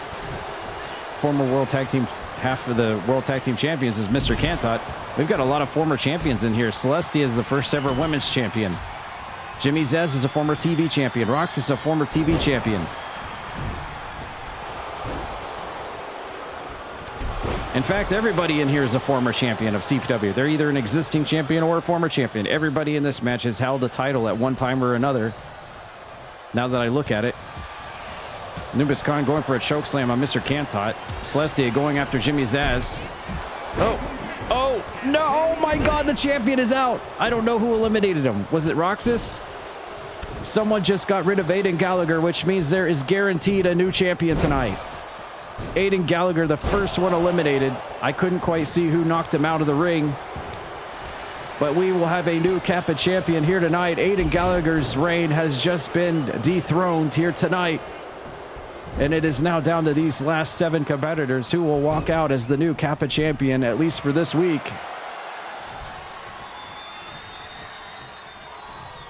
I can't believe it. Ooh, battering ram from Welsh Mosher, but Roxas drop kicks him in the back of the head. Celestia going after Roxas. Looks like Celestia is trying to eliminate Roxas in the corner.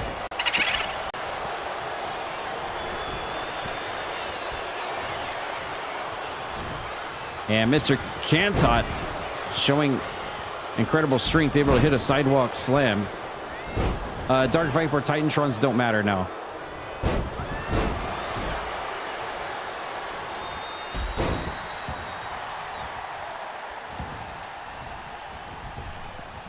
Oh, and Raji has been eliminated from Jimmy Zaz, and Roxas has been eliminated from Welsh Mosher. The Big Biscuit, the former world champion, is out, and Roxas also eliminated. And then there were 5 rather. Dark Viper, the only thing you'll have to worry about is sending me a link to whatever music you want to use from YouTube. It can be a YouTube link. Celestia, what is Celestia? Oh, Celestia dumps Anubis Khan over the ropes. Celestia has just eliminated one half of the World Tag Team Champions. And the other half of the World Tag Team Champions is now going after her. And she's going to try to eliminate him too. Is she going to? No, Welsh Mosher gets back into the ring. Dodges a kick. Celestia, oh my God, how did she pick him up? And wait, Jimmy Zaz was just eliminated by Mr. Kantot on the other side of the ring. And then there were 3. And oh, she almost eliminated Welsh Mosher. Mr. Kantot now diving across the ring, hitting a DDT. Enziguri from Celestia on the counter.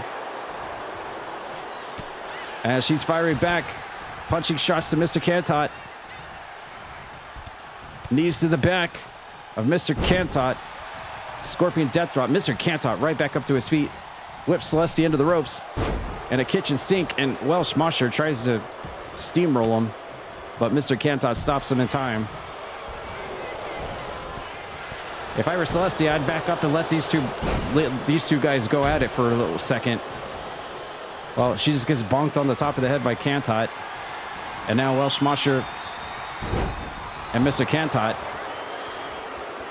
Who is Mr. Kantot going to go after? He proclaims he's the sexiest man in CPW, so of course he's going to go for the female in the match. And Mr. Kantot Waits for her to turn around and hits her with a pile driver. And Celestia just got spiked on the top of her head while Welsh Mosher slowly gets to his feet. Uh-oh. Oh, no. No! And Celestia has been eliminated by Mr. Kantot after the pile driver. She made it to the final 3. I can't believe it. Dang. And then there it is. We're down to the final 2. Will it be Mr. Kantot or will it be one half of the tag team champions, Welsh Mosher, as the new Kappa champion? And Mr. Kantot fighting out of the choke bomb. Mr. Kantot coming back. Neck breaker. Ravishing neck breaker from Mr. Kantot as he poses to the camera. He's feeling froggy tonight. Is he going to eliminate Welsh Mosher? And he does. Oh my God. Mr. Kantot is the new Kappa champion, winning the 8-person battle royal match. It has won the Kappa title for the first time. Honor champion, Mr. Kantot.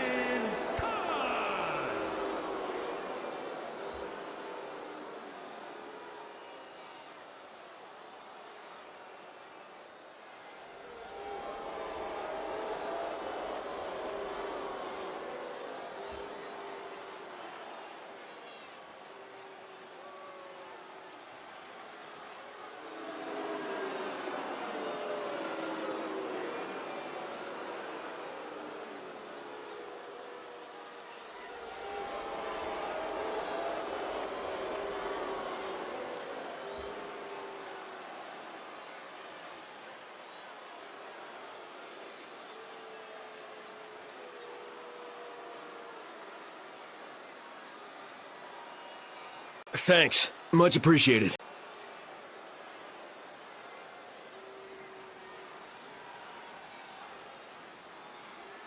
Hey, thanks for the gift sub. Maggie with 2 gift subs. Oh, wait, no, 1 gift sub. Maggie dropping a gift sub over to Celestia. Thank you, Maggie. And hello, Sam Berries. You just had a match a few matches ago. Our new Kappa champion after a very high-octane 8-person battle royal match. Thanks. Much appreciated. And we've got more gift subs from Trashbag Sev to Sam Berries. Thank you, Trashbag Sev. For those just joining in, we are on RNG night. We're letting RNG of the game decide what the matches are and who are in those matches. We just had an 8-person battle royal for the Kappa title. I'm sure Aiden Gallagher will be back next Tuesday to take on Mr. Kantot to get his title belt back. But at least for right now, Mr. Kantot is the new Kappa champion. And I heard the crowd booing as Mr. Kantot was celebrating. I think a lot of people looking at channel points, well, a lot of the 37% of the channel points were going for Celestia. I think a lot of the crowd were not happy that Celestia didn't win. She looked quite promising there, but just couldn't quite punch it in. But gave it a valiant effort. Eliminated one half of the tag team champions at least. But Mr. Kantot, your winner and new Kappa champion here tonight as we move on. Thanks. With Much more appreciated. of our show. Another gift sub from Trash Daddy Sev. Thank you so much, Trash Daddy Sev, for those gift subs. This time to Amora Blade. All right, we are. Thanks. Much appreciated. And we got level 2, another gift sub. Level 2 power up hype train. Nice. Aiden votes Celestia. That's what I'm talking about. Aiden votes Celestia first shot at the Kappa title. Wait, what? Aiden Gallagher elects for Celestia to get a shot at the Kappa title before him? Interesting. All right, we're going to move on with our next match, 1-on-1. Of course, all RNG night tonight. Let's see who RNG will decide is in our next matchup. Let's go. Who will it be? Jen Von Lee is our next contestant in a singles match against who else from the CPW roster. Will RNG and Fate decide? We'll take on Jen. I swear to God, if it's OG Brad Vickers, I'm powering down. Oh!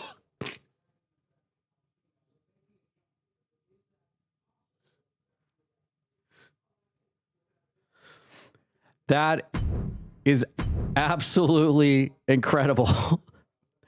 For those that don't know the lore, these two are basically inseparable on Twitch. Came in CPW together. They're actually a tag team, and they both are going against OG Brad Vickers. So if it wasn't OG Brad Vickers that it was landed on, my next sussiness would have been Monica, and it ended up being Monica. So let's go. Let's do it here on RNG night. The game knows for sure.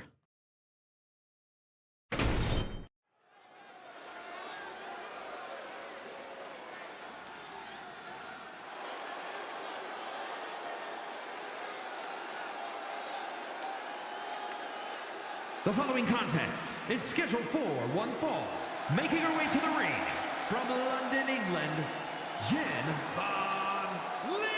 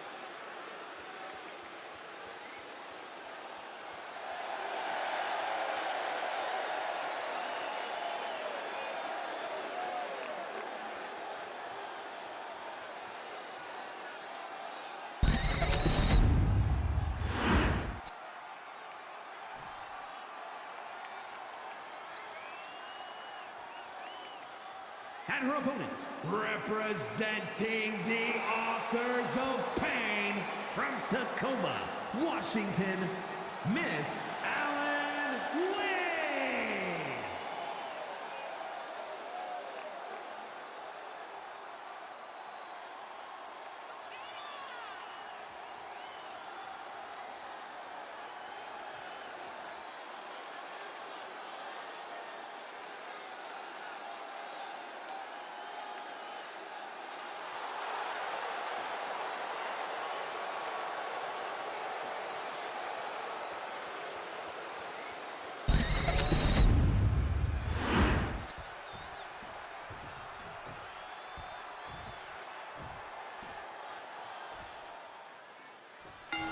All right, here we go. We've got BFFs who, well, actually it was Jen Von Lee who came in first, and Monica followed suit because Jen Von Lee was trying to take down OG Brad Vickers, and he just continuously defeated her at every turn. So Monica came in to provide backup to Jen, and now here on RNG night, they're actually fighting amongst one another because RNG gonna RNG.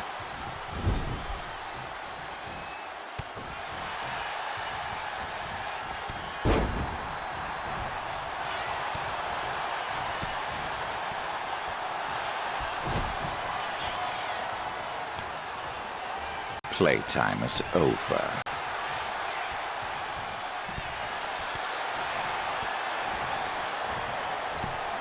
All right, we got slap fighting between Jen and Monica. As I said, close allies, good friends. Never have I ever seen them fighting against one another or fighting amongst one another, but that's what we're getting tonight. RNG has decided the fates of these two competitors tonight and fellow streamers here on Twitch.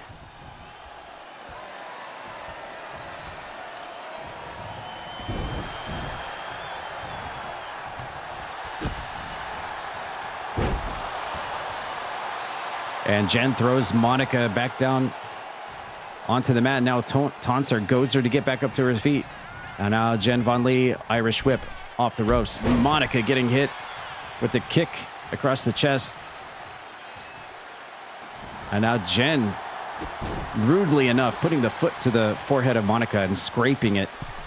Now Jen Von Lee going to the middle ring rope, looking to try to go for some high risk and connects with the side crossbody, taking Monica off her feet. Jen is in control right now, but the match is still early, that's for sure. And Monica kicks out at 2. And a big stomp from Jen Von Lee, capitalizing on Monica. And wow, cherry picks the ankle and throws the knee into the mat. Wow, man, Monica cannot get anything going right now. Jen is on her like crazy, not allowing her to get up or really do anything. Jen locked in. Finisher again. No, not finisher, but trying to keep the momentum going here on Monica. And oh my God, Jen is going to do it. One of her patented moves. She's no more for here. CPW, the pile driver off the ball. Oh my God. Come on, Jen. This is your friend. You brought Monica to CPW to help against Evan. Why would you do that to poor Monica? You guys are friends. You're allies. Jen is obviously out here to prove a point. She has turned a new leaf ever since joining the Blood Triangle, the new all-female group. And oh, the Jen Von drop off the top, otherwise known as the coffin drop onto Monica, who just has not been able to get a chance to breathe so far in this match. Jen has been all over here, but look at that. The wherewithal of Monica to kick out before the 3. And you know what? I just thought of something else. Jen certainly has something to prove tonight. She lost to Danny Adi last Tuesday. And I think she took that to heart. So maybe she's taking this out on her friend Monica here tonight. And that's regrettable and unfortunate. But I really feel like Jen thought that she was going to win that match against Danny last Tuesday, but she did not. And look at this. Monica fighting back. She's coming back, punching Jen in the face, giving her a little bit of attitude in return after so much of this match being in the side of Jen. And we see Monica in chat right now. There you go. Monica's here. Let's see if she can get the big win here tonight, the big dub, as Jen counters and hits a DDT on Monica. And we'll see what is going to happen here. Monica, oh my, Monica slowly, gingerly getting to her feet, but getting speared off the ring apron to the outside by Jen. And we see Craig in the chat. Can we get shout outs to Monica and Craig? Can one of my mods drop some shout outs to Monica and Craig? Two very lovely, amazing streamers. Monica in this match right now. Awesome streamer. Lots of Silent Hill. The biggest Alan Wake fan I know on Twitch.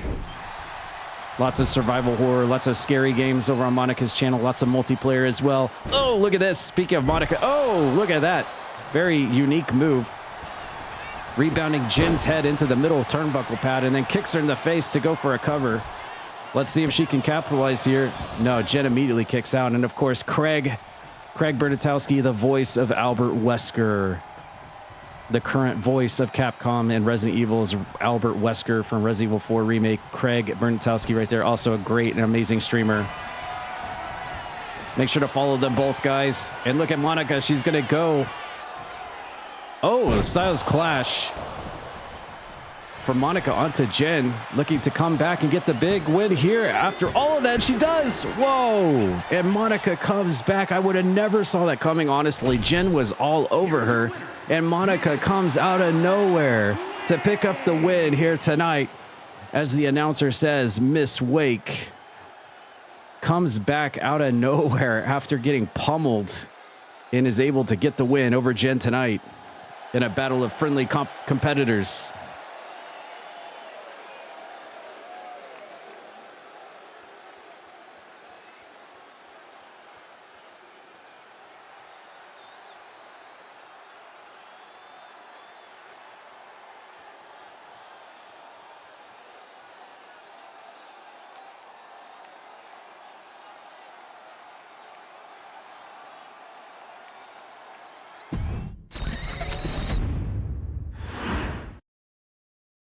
So it's actually really crazy that we got landed on Jen versus Monica, because as we've been doing all tonight, we've been letting RNG decide the fate of everybody on the roster from top to bottom. And it just so happened that RNG decided to land on Jen versus Monica of all people. So that was pretty wild. But A lot of other matches have been just as wild like that. And I think we're going to do something a little different tonight. We're going to have a submissions only match next. So that should shake things up a little bit and make things interesting. So the only way to win in this match, there are no pinfalls. You can only make the other person tap out. So let's see who we're going to get in this bad boy. Let's randomize and let's go. Who's going to make someone tap out here tonight? Who's going to be number one? Let's go. Nope. Already had a match. Oh, Gumby Vince. QuakeCon's very own Gumby Vince is in action tonight. Submission. Tap out only. He's Gumby, damn it. And Phantom Caboose. Who's he going to face off against tonight? Let's see what RNG decides for us. Julie. Oh my God, what a match. All right, here we go. Gumby Vince versus Julie in a submission win only match coming up next.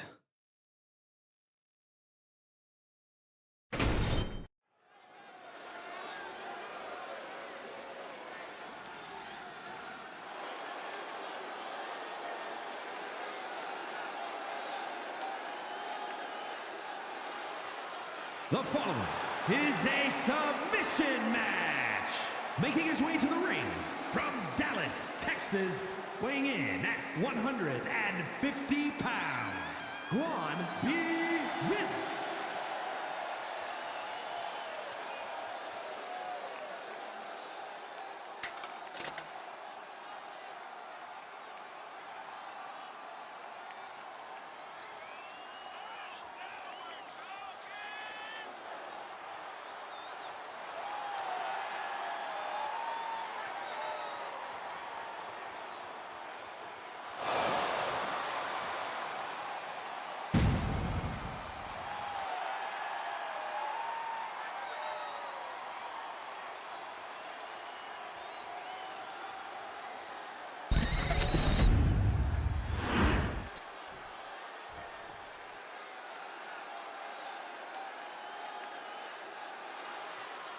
And his opponent from Boston, Massachusetts, Julie!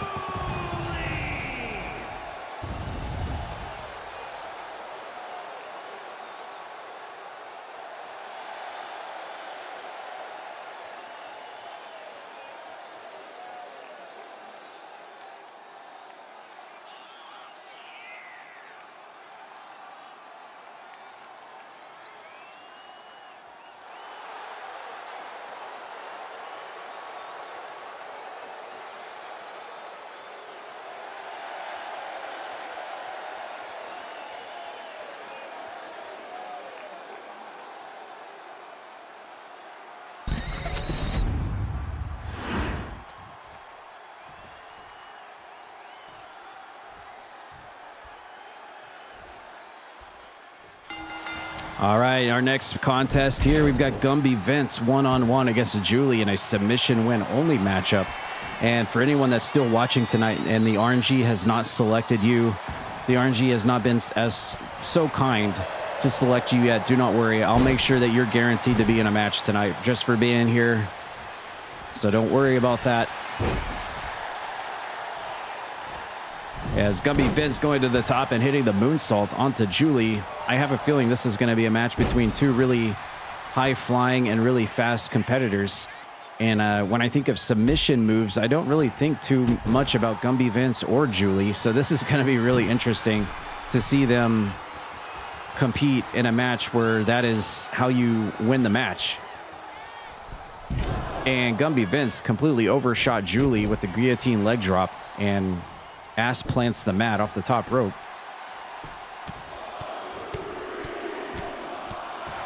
Julie now pounding the face of Gumby Vince. And a knee press to the side of the Gumby face. Yeah, something a little bit unique tonight. This is the first Tuesday of November, so we got some leeway to mess around a little bit and not really worry about storylines or anything like that. Just have some wicked, wild fun for tonight. Let randomness and RNG dictate where we're going. instead of storylines and plots for a change, just to mix it up a little bit. And oh wow, Julie completely missing the mark there. And plus, on top of that, it gives a lot of people on the roster the ability to actually face someone new for a change, rather than be pitted against their normal people that they would usually fight in their normal title divisions. I mean, after a while, fighting the same person over and over again does get a little bit boring. So and we've got a large roster of men, women, and creatures. So why not utilize that and let everybody have a chance to fight everybody for a change? That's what I say. I feel like Gumby Vince has broken his tailbone by now. It's a good thing he's made out of clay, because it just gets built back up again. He doesn't stay injured for too long. He just gets dented in a little bit before it fixes itself.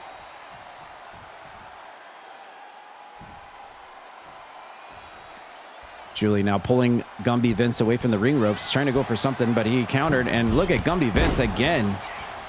He is just going nuts on the aerial maneuvers.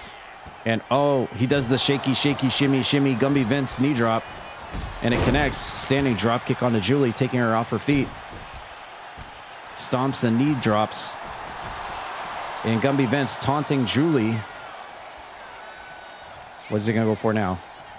Julie groggy, but Gumby Vince not able to capitalize. Julie ducks under the chop, but Gumby Vince grabs the leg, elbows the knee. Julie rolls out of the way, tries to come back with a lariat, but gets caught by Gumby Vince. And here he goes up and over with the backdrop. Gumby Vince again electing to go to the top rope and completely missing the moonsault. He is on crack tonight. He keeps going to the top rope, and he's like batting 500 right now on those aerial moves, but I guess it's not going to stop him. And here we go. We're going to get an exchange of slap fighting between Julie and Gumby Vince. I never thought those words would ever come out of my mouth in the history of the English language, but here we go.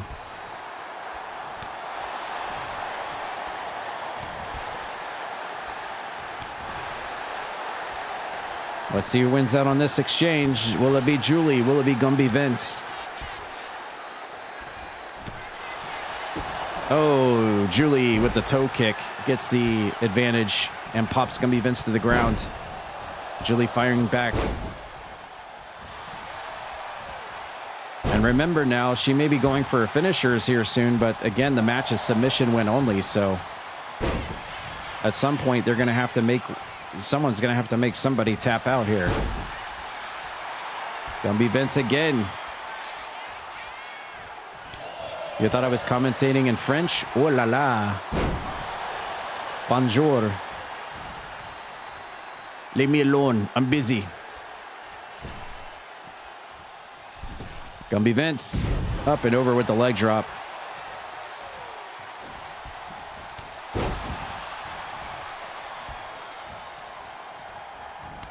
Julie chops, chops, chops. Instead of shots, shots, shots, it's chops, chops, chops.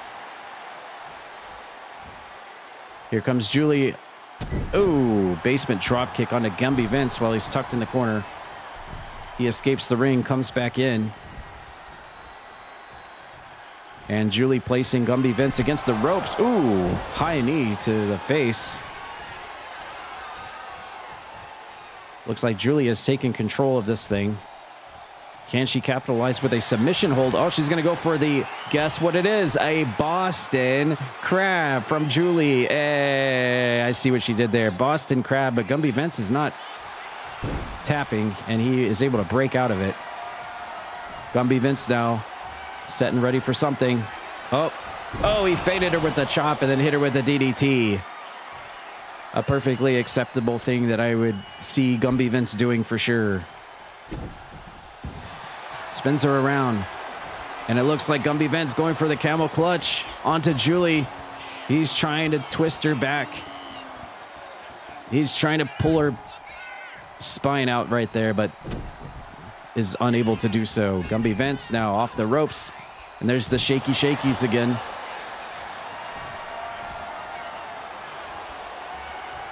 Finisher. Oh, he faded her again with the DDT. No. Drops Julie head first into the mat. and rolls her over again to go once again for that camel clutch, but she's up in the ring ropes. And that's the one thing you got to watch for in a submission match. They can't be too close to the ropes, so the referee will call it a rope break. What the heck was that? Gumby Vince was nowhere near Julie and just goes for a drop kick anyway. That was hilarious. Julie now going to the top, and she's got a finisher locked in. This could be Swanton. It is! Julie hits Swanton bomb off the top rope. And, oh, look at this. Julie pulling out a... Oh, she's got the choke. Oh, and she forces Gumby Vince to tap out. Look at Julie right there pulling resourcefulness right out of her baggy cargo pants and gets the win submission style. And Julie has done it over Gumby Vince here tonight.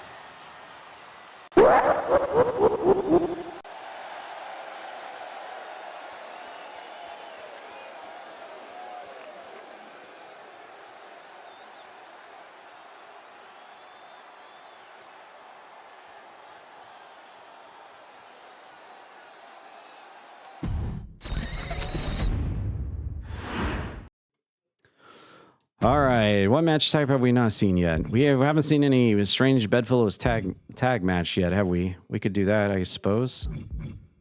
We could have a special guest referee. Let's do that. Let's do a special guest referee.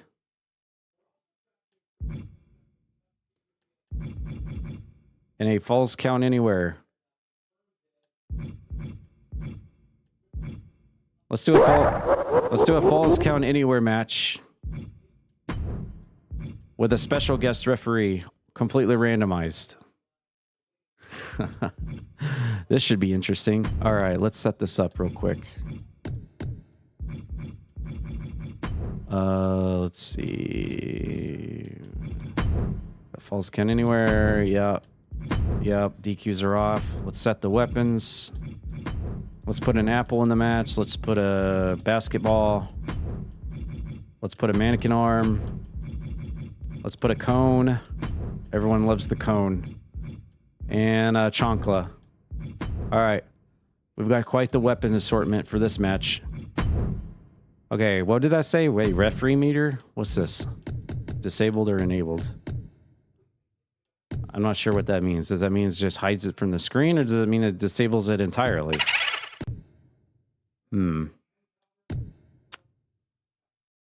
It means ref can get ejected if it's enabled? Oh shit, let's disable that then. Who wants that on? We don't want the ref to get ejected. I should have knew that earlier, a few weeks back when Tad Peters was a special ref. All right, you know what? The chair's too boring. We gotta add Linky's Master Sword to this. Linky's Master Sword of the Future. All right, here we go. Let's randomize this and see who we get. Who is opponent number 1? Lady Lavin. And she will be taking on Wizard Boss. Lady Lavin against our World Heavyweight Champion. 1-on-1. And who will be our special referee for this magnificent contest tonight? Nope. Lilu.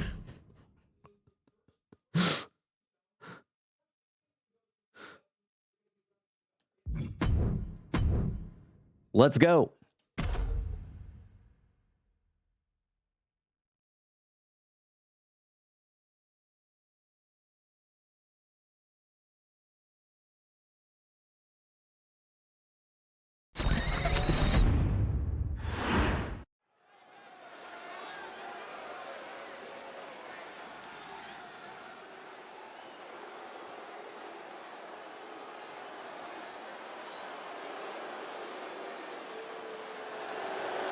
The following contest is a special referee match. Please welcome the special referee for this match, Lee Lowe.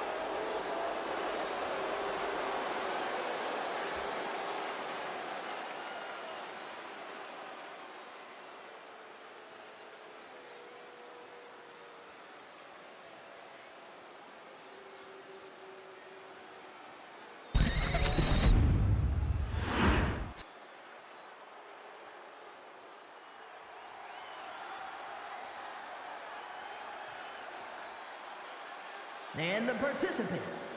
First, representing Vicious and Delicious from Erie, Pennsylvania, Lady Lauren.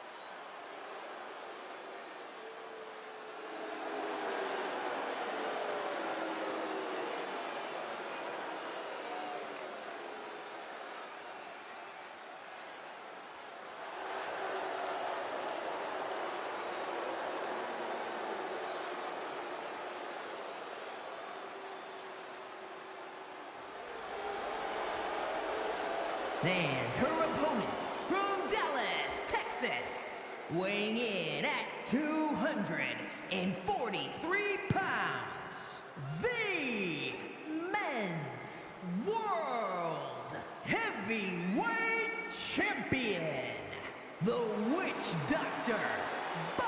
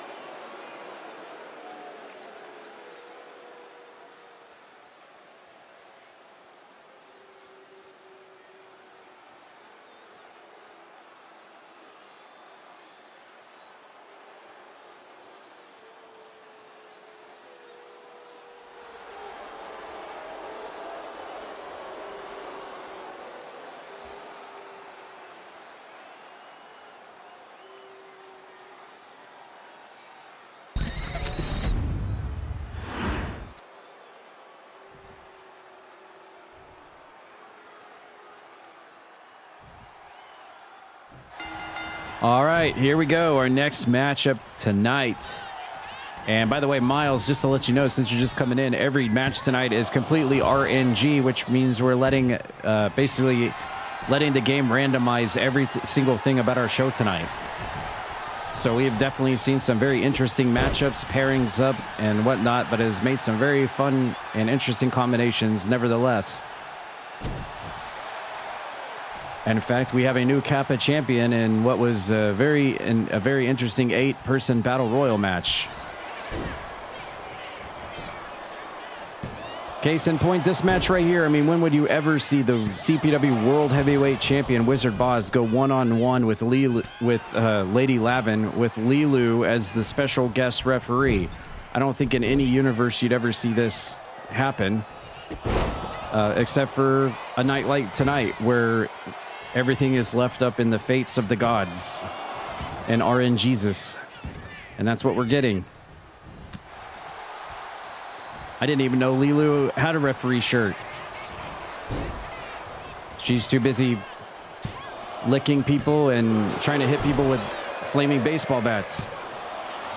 Definitely the first time we've ever seen Lilu in a referee's outfit, that's for sure. As we get Lady Lavin and Wizard Boz rolling each other over and over with the pinfalls. I have to say, Lilu so far has been calling it right down the middle. So that's good. Ooh, Lady Lavin. A little bit of scratch to the back on Wizard Boz. Off the ropes goes Boz. Duck under. Leapfrog over. And off the rebound with the arm bar, but Wizard Boz cuts her off. Hits the spin wheel kick, but she ducks out of the way. Oh, she's going for... What does she got? Lady Lavin's got the La Chancla. Lady Lavin's got the La Chancla. There's a chancla in the ring. Ooh, Wizard Boz kick to the side of the head. And a side slam from Wizard Boz. And now goes for the cover. Lilu counting 2. Wizard Boz wins out on that exchange. Toe kick into the glorious DDT finisher right here. Boom, connects. That's how he retained his World Heavyweight title against Grimm last Tuesday on pay-per-view in the main event. Is this how he's going to win tonight? No, nearly does it. But Lady Lavin somehow is able to kick out in the last second. Ooh, a headbutt from Wizard Boz, our world champion. Utilizing the Witch Doctor beak as an offensive weapon. And he tried to go for something there again, but Lady Lavin dodged out of the way. And now it's his turn to roll out of the way of an elbow drop. Wizard Boz running clothesline. Wizard Boz hoisting Lady Lavin up to her feet. She hits a European uppercut. And a nice step-up drop kick. She's going for the chancla again. Is that legal in this match? Off the ropes. Back elbow from Wizard Boz. And a stomp to the back of the head. Boz has got the chancla. Boz has got the slider. Oh, did he hit her with it? I don't know. I don't think he hit her with it. A close, wait. There's definitely some fisticuffs going on here on the outside. Oh, wow, nice move from Lady Lavin. Almost gets to 3. We got falls count anywhere in this match, so I guess that confirms that weapons are actually allowed. I completely forgot that's the match rules we set tonight. What is Lady Lavin doing here? She's got like $1 million crossface on. She's got the $1 million cross. Is she going to make the world champion tap? Oh my gosh, she did! Lady Lavin has just put the world heavyweight champion to sleep tonight. And Lilo confirms it as a special referee. Lady Lavin has got a win over Wizard Boz, the world champion. Oh my God.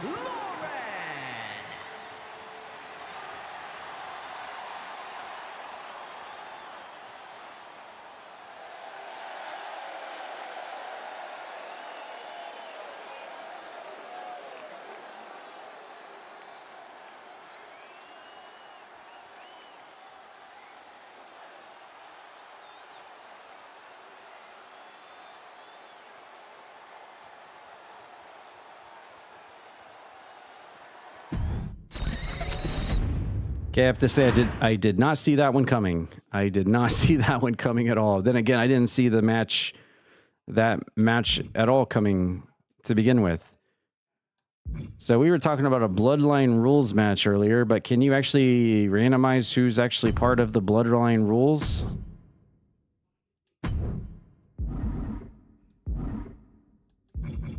All right, what have we not seen so far tonight?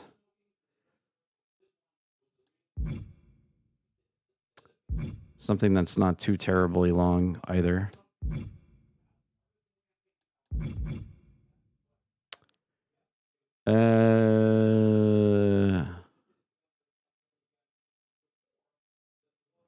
We've had a cage.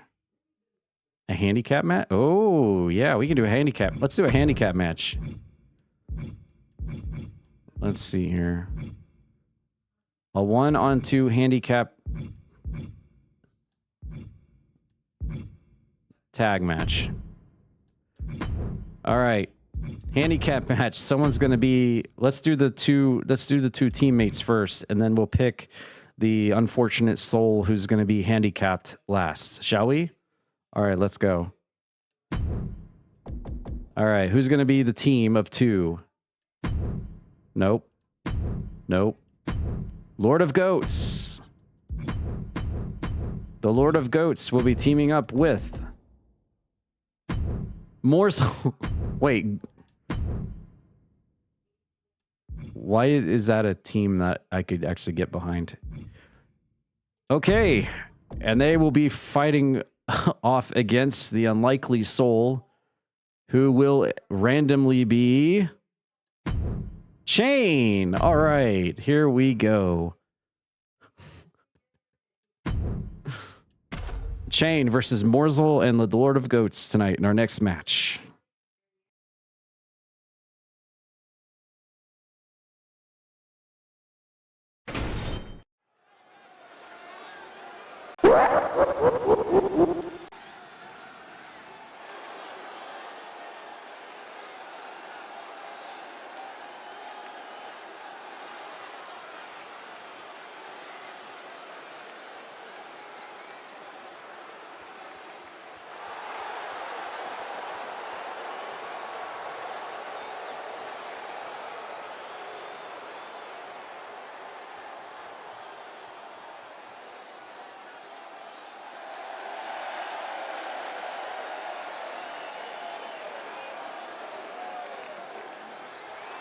The following is a handicap match. Introducing first, from San Diego, California, weighing in at 266 pounds, the International Champion, Chain.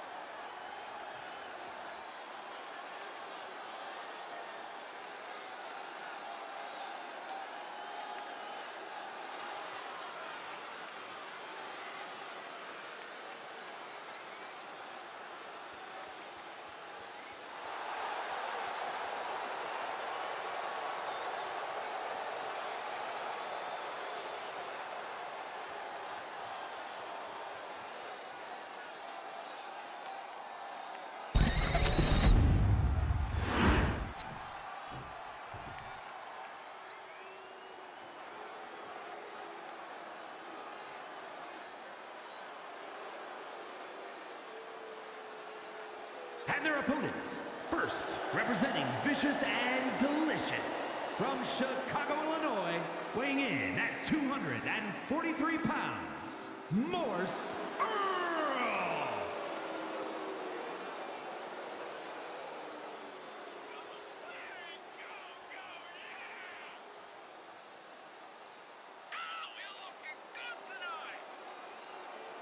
Wow, that guy's a big fan of Morzel.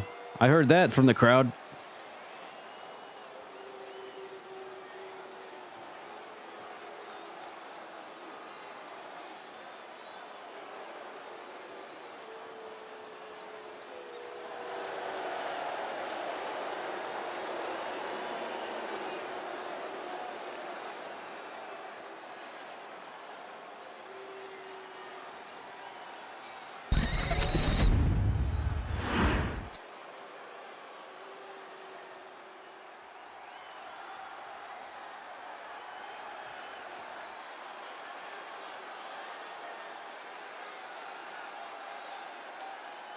And from Omaha, Nebraska, weighing in at 375 pounds, the Lord.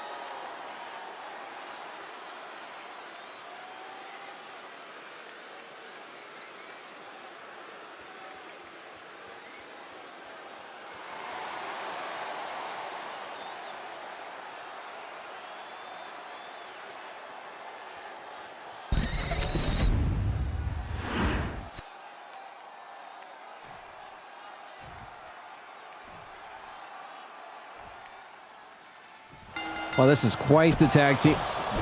Okay, Morzel's just going to get kicked in the head as soon as the bell rings. That sounds about right. Well, apparently Chain came to play tonight. He knows that his back is up against the wall against both of these, against horses and goats. Goats and oats. A very randomized selection here tonight. Unfortunately, Chain is on the receiving end of a very bad pickle right now. And we'll see. Ooh, running drop kick while Morzel's got his back turned in the corner. 2-on-1 matchup. So Chain is already at a disadvantage, and also considering Lord of Goats is a big boy. One of the biggest boys on the CPW roster. He's going to have his work cut out for him. But again, Chain is the international champion. He has defied all odds, listened to the tutelage and his counselor, Paul Bearer, that has not only rewarded him the international championship belt that not only does Rock Hard Meat want, but probably Miles Wildmore once, Linky once, and Ryan Matthews once, and Azurain once. There's a lot of people that wants that belt. But Chain has it right now, and not only that, but he has the Money in the Bank briefcase title shot that he has yet to cash in yet. And there is the 2-on-1 disadvantage we're talking about. Lord of Goats comes over and disrupts Chain's attempt at a high-risk move. Nice float over, but it gets countered into the back body drop from Morzel. And a lateral press from Morzel. Super early in the match. In fact, I'm surprised that he got a 2 count there. Chain comes back in. Morzel catches him. Flurry of offense, taking Chain off the mat. Chain kips up to his feet and shoots Morzel into the ropes, ducks under, and a standing drop kick right on the horse's muzzle. Goes for the cover, and there you see Lord of Goats in the background coming in to make the save. Who has not been tagged in yet, by the way. Morzel, nice springboard into a DDT, and Chain has been busted open. And well, he must have heard me say that, because now Morzel tags in his very unlikely partner, the Lord of Goats, for the first time tonight. And a busted open Chain. Looks like he's got a cut on his right eyebrow there. Getting caught in a full Nelson slam. One of the big boys of the CPW roster right here. Uh-oh. Ooh, what's this? Canadian backbreaker, perhaps? Oh, a torture rack. Oh, he's actually trying to go for the submission.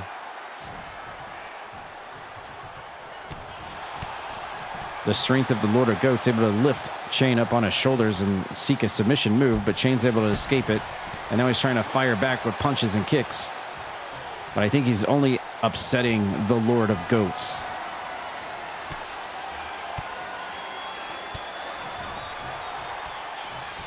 And and when in doubt, Chain pulls out the Shoryuken, which got the job done. And look at this, Chain's going to immediately lock him into the chain of chain lock, the chain of chain submission hold.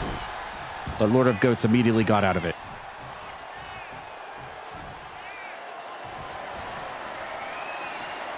And Chain with a power slam. Or Oklahoma slam, rather.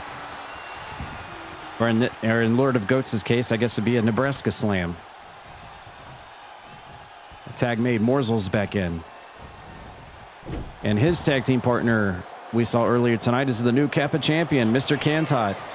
Oh no, and Chain is about to be put into one of the worst positions you can be put in CPW. Morzel 69er submission hold. Oh no, no. It's the ultimate insult to injury by the sexual stallion Morzel. And now Morzel to the middle ring rope and hits a leg drop. And now Morzel lateral press time. Is Chain out of it? No.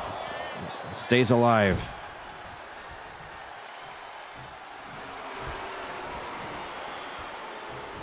And Morzel goading Chain on. What is Morzel going for now? Reverse whip into a bad part of town. Turns him around.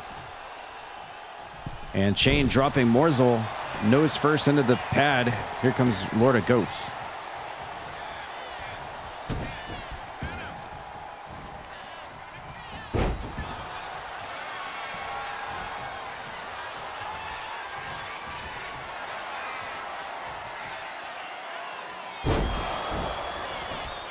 And Morzel dropping chain with the teabagger finisher. Yes, he has one move called the 69er and one move called the teabagger. That's Morzel for you. One of the biggest reasons why people don't like to face him. You get put into very, very awkward positions with him. And Morzel tags out. Here comes the Lord of Goats again. And the Lord of Goats trying to channel his... Oh! And a very Goats headbutt. Uh-oh. Are we going to see a choke slam? Oh, or should I say the Goat slam? See what I did there? Lord of Goats with the Goat slam on the chain, and that'll wrap it up. Chain tried the best he could, but against the powerful force of goats and horses, he stood no chance.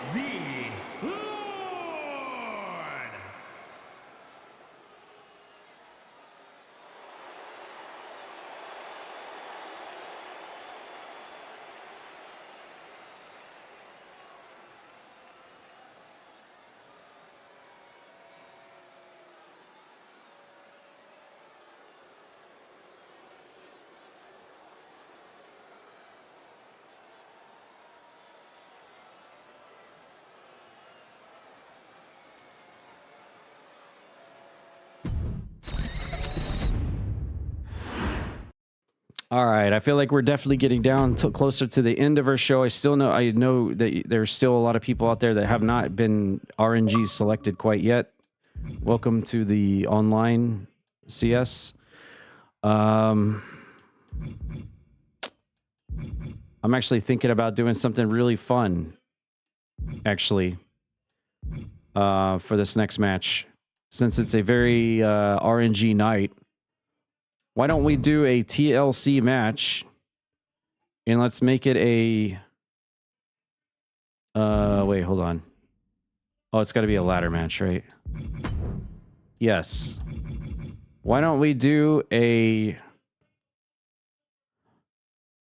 Why don't we do an 8-person ladder match, and that'll get a lot more people, including some of you still waiting to be put into a match, and the winner of this 8-person ladder match will get a shot at the Kappa title next Tuesday that Mr. Kantot won earlier. An 8-person ladder match for a shot at the Kappa title confirmed for next Tuesday. Oh, and look who gets selected first after Mr. Coke, who already had a match. First up already, our hardcore champion, Psycho T, has joined the 8-person ladder match for a shot at the Kappa title next Tuesday. Who's number 2? Okay, he is actually a work in progress. Oh, Ryan Matthews. Okay. All right, so far we got very Halloween themed ladder match so far. No, well, there's Celestia. Already in a match, Burnsy, okay. For those wondering, if we're skipping, it means they've already been in a match tonight, so. Miles, there's Miles, all right. Who's next? OG Brad Vickers. Nathan Moore. Domino. And Whiskers. Whiskers the Rabbit will round it out in this 8-person ladder match for a Kappa title shot against Mr. Kantot next Tuesday. What the hell is this lineup of competitors? I doubt we will ever see any of these all in the same match ever again. I mean, Miles and Ryan Matthews, definitely. Nate and Domino, perhaps. But yeah, it's what a cluster we've got here. A ladder match for a Kappa title shot next Tuesday. Let's go.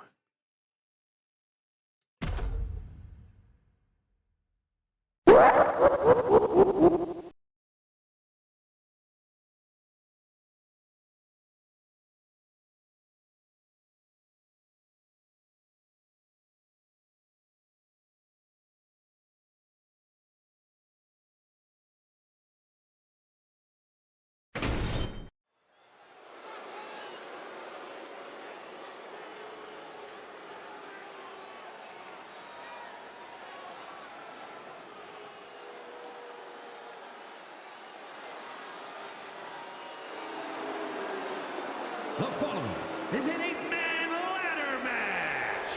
Making his way to the ring, representing the Final Testament. From Baltimore, Maryland, weighing in at 243 pounds, the Extreme Hardcore Champion, Psycho T.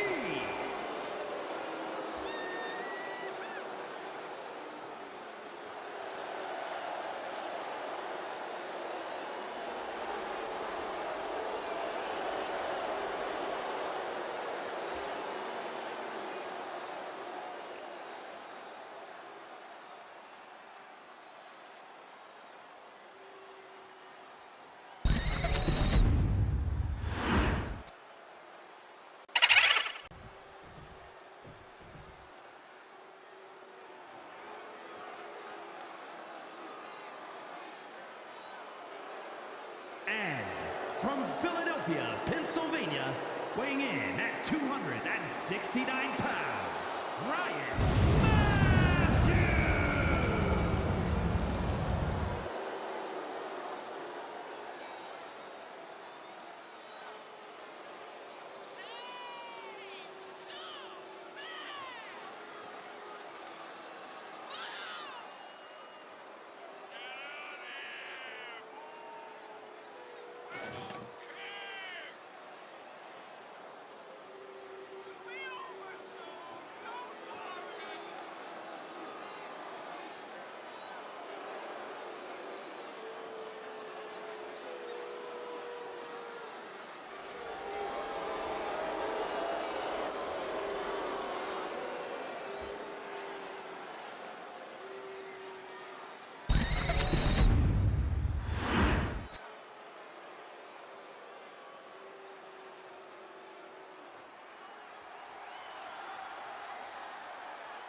And from London, England, weighing in at 246 pounds, Burns E.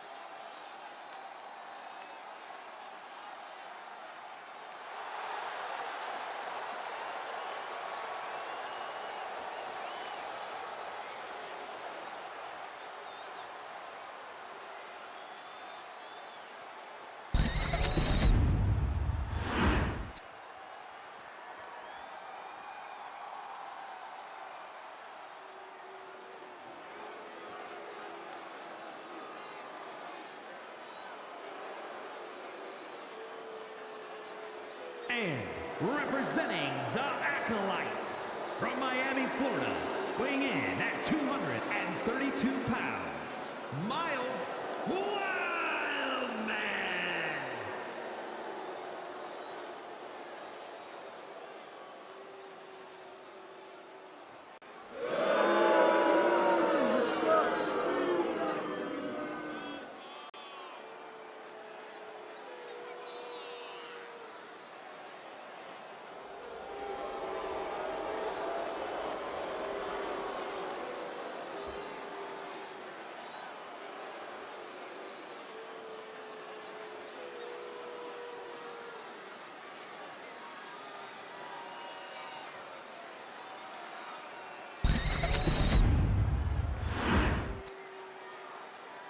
Denied.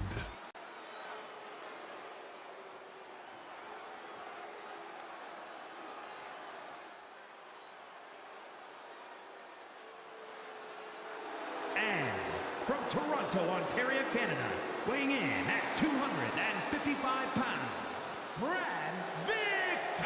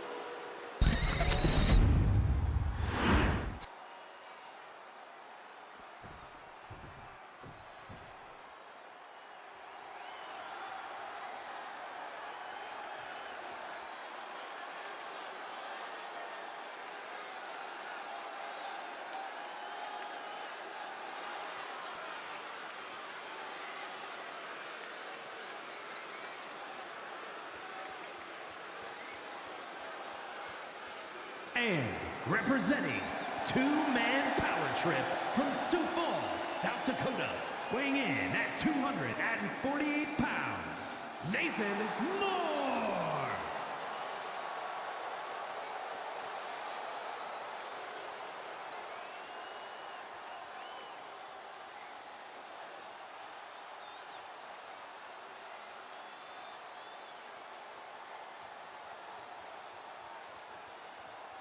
Have a good night, Sev. Thanks for hanging, dude. It's shocking that Sev, Grim, Tad Peters have not been RNG'd yet. It's pretty wild. But we'll see if they get selected. Yeah, that's the problem, Dark Viper. We've got almost a very maxed out roster. So, I mean, there's a ton of moves still in the game that are not being used. We have a very large men and women's roster.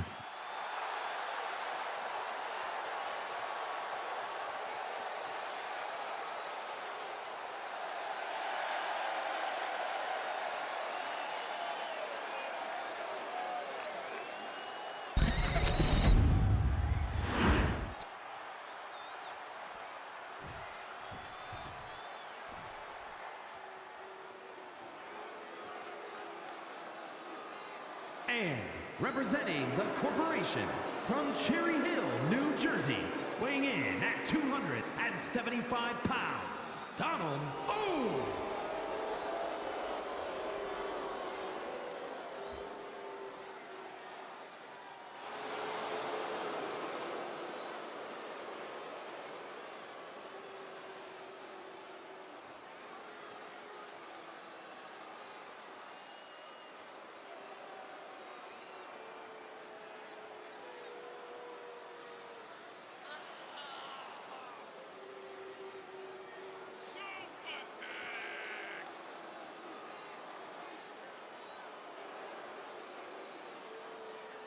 All right, we've got predictions set for the chat. Who do you think is going to win this match? Cash in some channel points if you think you know who's going to win. Put some of those channel points to good use. Earn some returns. Get closer to that 1 million channel points to redeem here at Croakitoad and make me choose a game that you want me to play.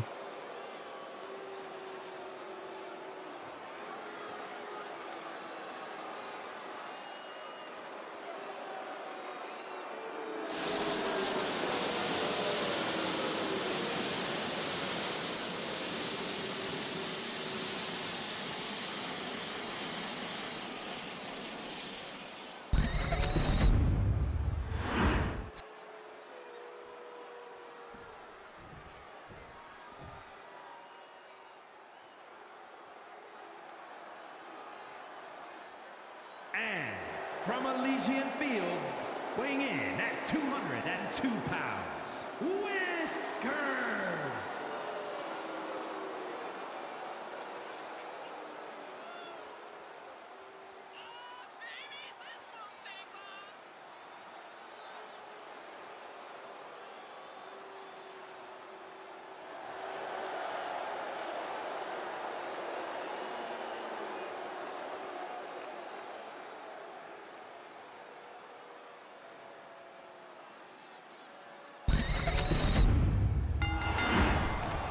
Okay, just like several other matches we've seen so far tonight, we've got a ring chock full of people. And you'll see the contractors waiting above the ring, which will guarantee whoever wins this thing a shot at Mr. Kantot's Kappa Championship next Tuesday. So that means that Aiden Gallagher will have to be reserved in the bleachers to watch that one go down. He will not be getting the rematch as we previously thought. It will go to whoever wins this match. And it looks like Burnsy will be the first one to try to go for the case. But Miles and Nathan Moore are first in there to interrupt his plans. We got Psycho T dealing damage to Brad Vickers on the side. Domino is taking care of the Easter Rabbit. Ryan Matthews back into the ring.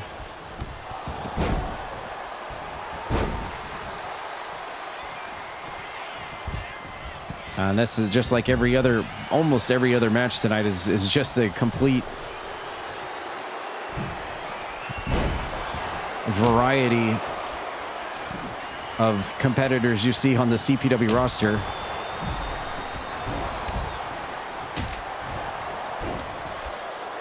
And it looks like Miles just cracked the kendo stick over the Easter Rabbit's head. Whiskers getting kendo sticked over the head. Ryan Matthews has got the possession of the ladder now. He's alone in the ring with Bernsey. Domino is working on Nathan Moore. That's an age-old rivalry right there. Whoa. Whiskers going nuts. Nathan Moore going nuts. And Domino said, I'm done with that. We've got a mini brawl going on the left side of the ring with, oh, nice move by Evan. Dropping Miles. Uh-oh, Ryan Matthews. Oh, my God. Ryan Matthews completely powerbombing Whiskers out of the ring as Miles clocks Evan in the back with a ladder. Someone's been busted open. Domino is just terrorizing Evan at ringside. We got 2 ladders in the ring now. There's Psycho T propping the ladder in the corner. Nathan Moore getting yeeted out of the ring. Someone else has been busted open. Psycho T grabbing Miles from behind, trying to squeeze his head. Oh, Bernsey missing the dodging out of the way of the super kick. Psycho T off the ropes and getting hit with a high knee from Bernsey. This certainly could be anyone's ball game here. I mean, it's for a title. It's for a CPW title shot. So, well, judging from the channel points that you guys have predicted, a lot of people think that Whiskers is going to walk out of this thing getting a shot for the Kappa title next Tuesday. We'll see if that comes to fruition. He's got a 1 in 8 shot of doing it.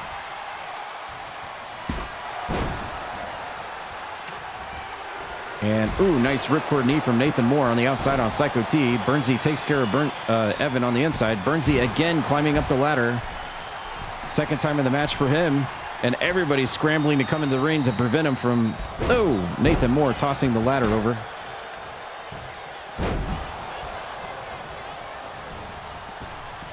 And Miles getting thrown out of the ring. Domino's going to follow him.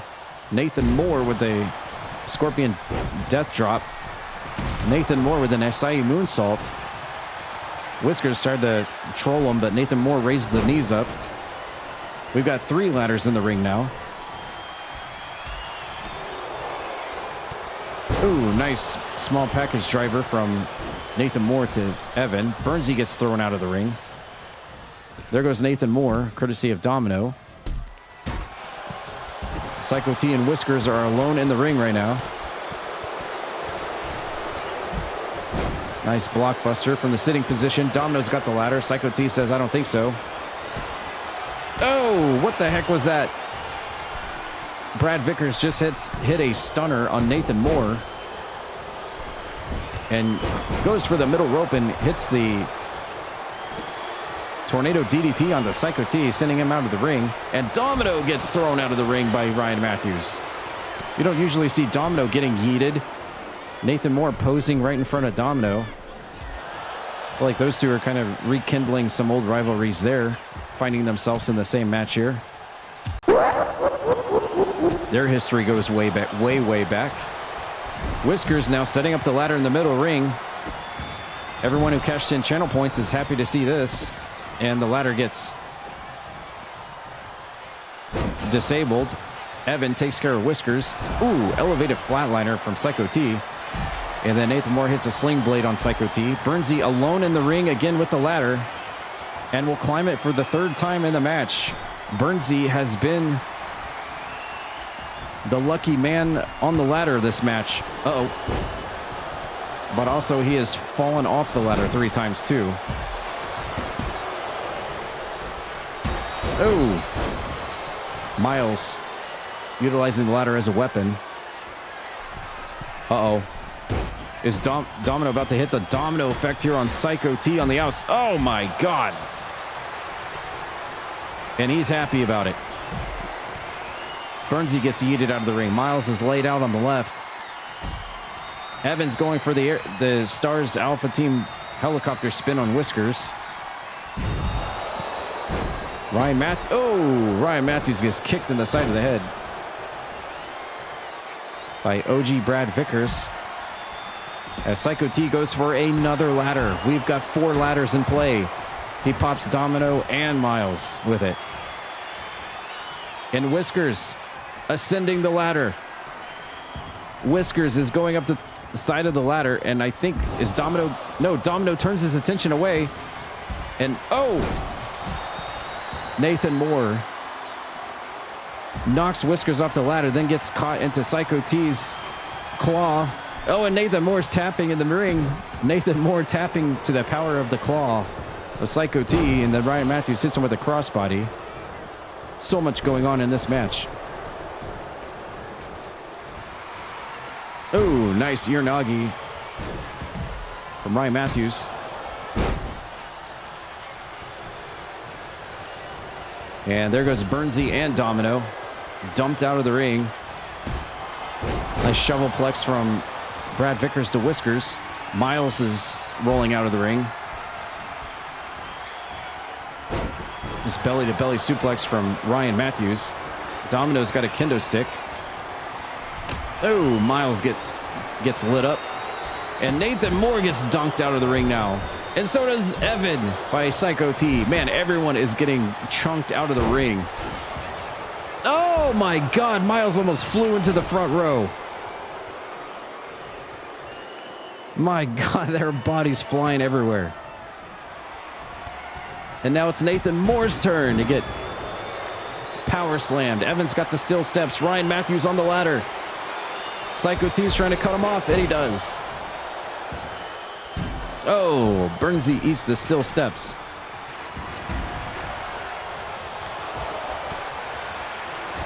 And Whiskers.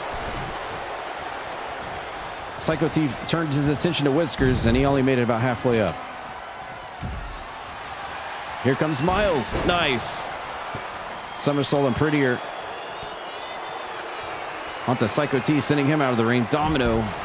Ooh, a sidewalk slam. I think that was on a steel chair. Good Lord. This match has turned brutal, and to think this is all for a shot at the Kappa title. Oh my God, Nathan Moore getting set up for the domino effect now. Oh my God, and I think the back of his head hit the ladder. There's Psycho T. Oh, kicks Domino in the head. Whiskers face, well, he went Whiskers first into the steel ring post on the outside. No problem, Dark Viper. We'll get on that, and we'll get you debuted on the show soon. Claw slam onto Burnsy, and here comes Miles climbing the ladder. Oh, another stunner onto Domino on the outside. Miles was going to climb the ladder for the first time, but Psycho T said, I don't think so. And now Nathan Moore is going to return the favor to Psycho T, winning a pedigree.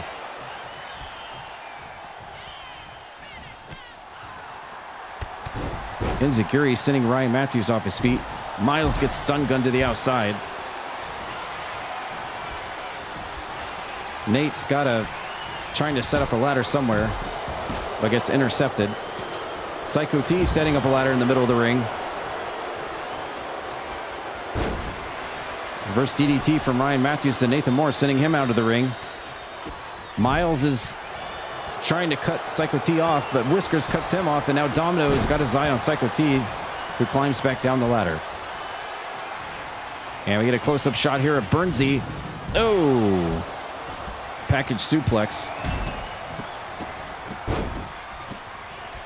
Nathan Moore and Ryan Matthews on the outside. Evans laid out on the right. Psycho T is climbing the ladder, but Whiskers... Oh. Whiskers was going to challenge him. Burnsy... No! I think Psycho T would have had it there.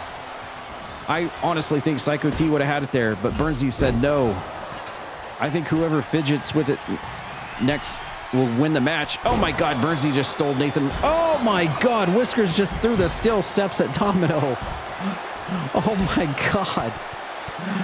I feel like that's so many OSHA violations. Oh, Shining Wizard.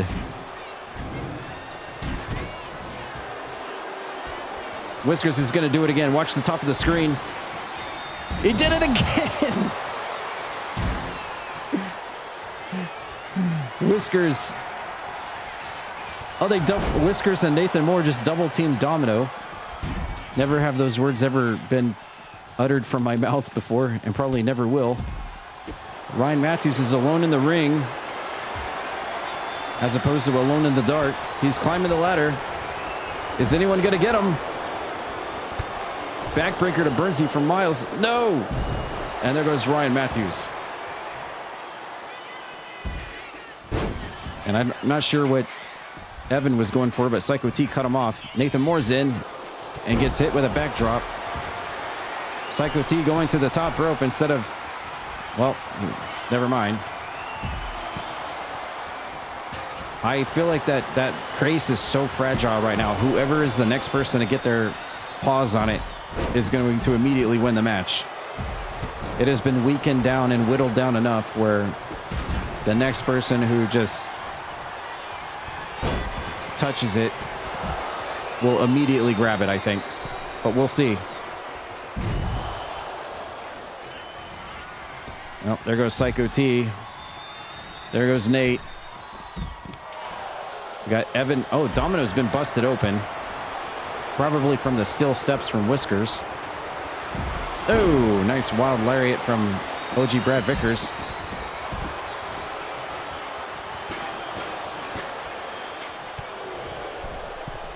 Evan middle rope. Frog splash on a Domino. We got bodies strewn all over the place. Discus lariat from Miles, sending Evan out of the ring. Nice suplex from Miles to Whiskers. Ooh, side slam, Psycho T to Nathan Moore. Ryan Matthews hammering Burnsy with a chair. Miles gets stun gun. Ryan Matthews taken out with a shoulder block. Psycho T's back out of the ring. Whiskers follows him. Comes back in. There goes Ryan Matthews. Domino follows suit. Oh, inverted. Wow. I just saw the Domino's back. He is... Domino and Nathan Moore's backs are completely lit up. Domino looks like he just went through a car wreck. His entire torso is covered in blood and bruises from the result of this matchup. Nathan Moore's got the ladder. Where did all of the ladders go? We had 4 ladders in the ring earlier. Nathan Moore electing to go for a springboard instead. Whiskers is climbing the ladder. All those channel points are being excited right now. Oh my God, did he do it? No, he did it. Did he do it? He did it. Did he do it? He did it. He did it. He did it. Who cashed in on Whiskers on channel points? Who did? You just won.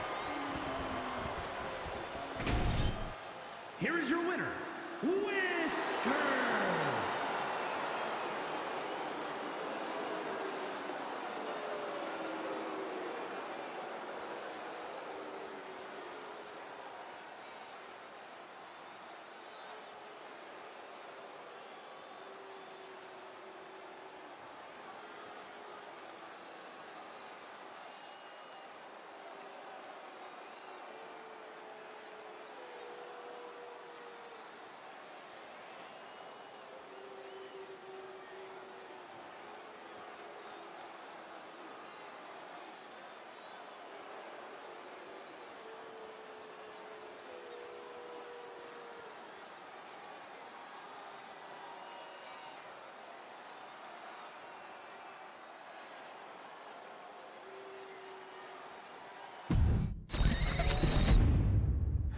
All right, so we're going to see Whiskers versus Mr. Kantot next Tuesday for the Kappa title. Good Lord. All right. I said let's do one more. Let's do a... All right, have a good one, Miles. Thanks for hanging out tonight. Danny, you had a match earlier, actually. I think I want to do the main event as a tag match. But I might do a semi-main event singles first. Just one more singles. Just to see who we get. Tonight, by the way, if anyone's just dropping in, tonight is a very unusual night and a very unique night. Usually we have feuds, storylines, and plots that run the course of the show. Tonight, I decided to have a little fun. We have been doing completely RNG matches from the very first match. We've just been hitting randomize and see who comes up versus who comes up. And we are like 10 matches in, and it's been crazy. The combinations we've seen. Some have made actually more sense than they should, and others have been absolutely off the rails. So I think this will be our semi-main event, and then we'll do a tag match as our main event. So let's see who we get here. And hopefully anyone that's here in chat, if you have not been selected yet, hopefully we land on you here. And if we don't, we'll throw you into the tag next. Okay? So let's see who we get here one-on-one in just a normal exhibition. And we'll re-roll if it lands on someone who's already been in a match, obviously. Okay, so we're going to have North Greenfield, who we've not seen tonight. And he will be taking on one-on-one. Okay, that doesn't count. Mr. Cokes had a match. Jimmy Zaz, Dustin, Domino, Lady Lavin, Deputy Dog.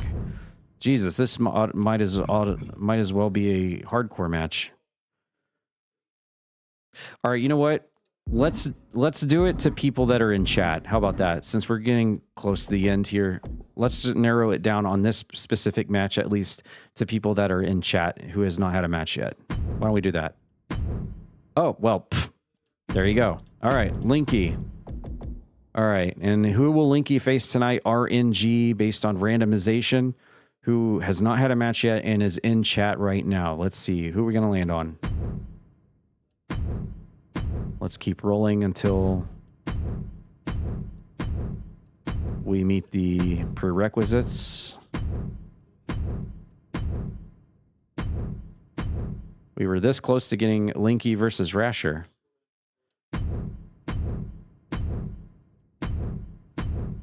AJ Jacobs. This should be a good match, actually. All right, let's do it. Semi-main event of the evening.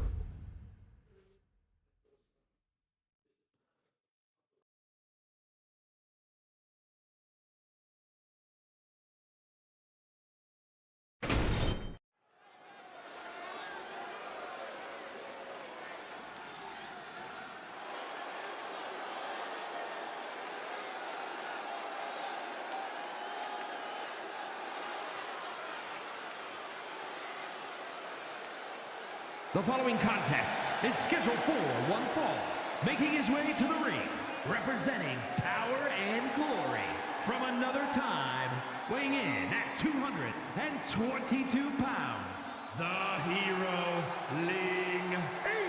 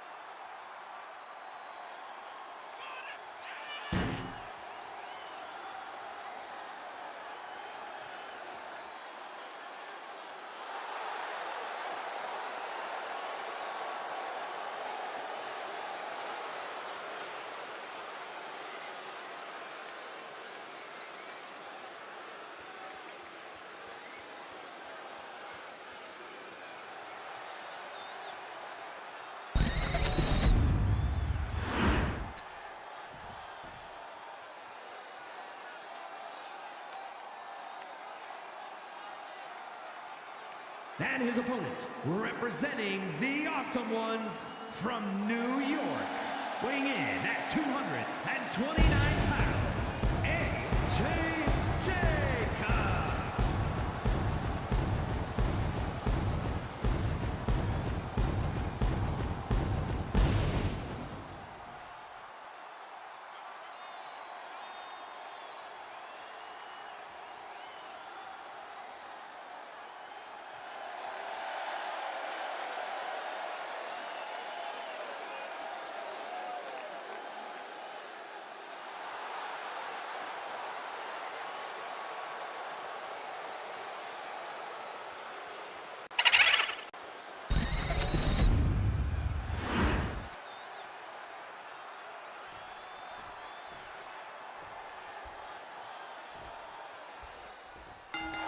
All right, we've got the hero taking on the superhero in our semi-main event of the evening. First time ever showcase between AJ Jacobs versus Linky.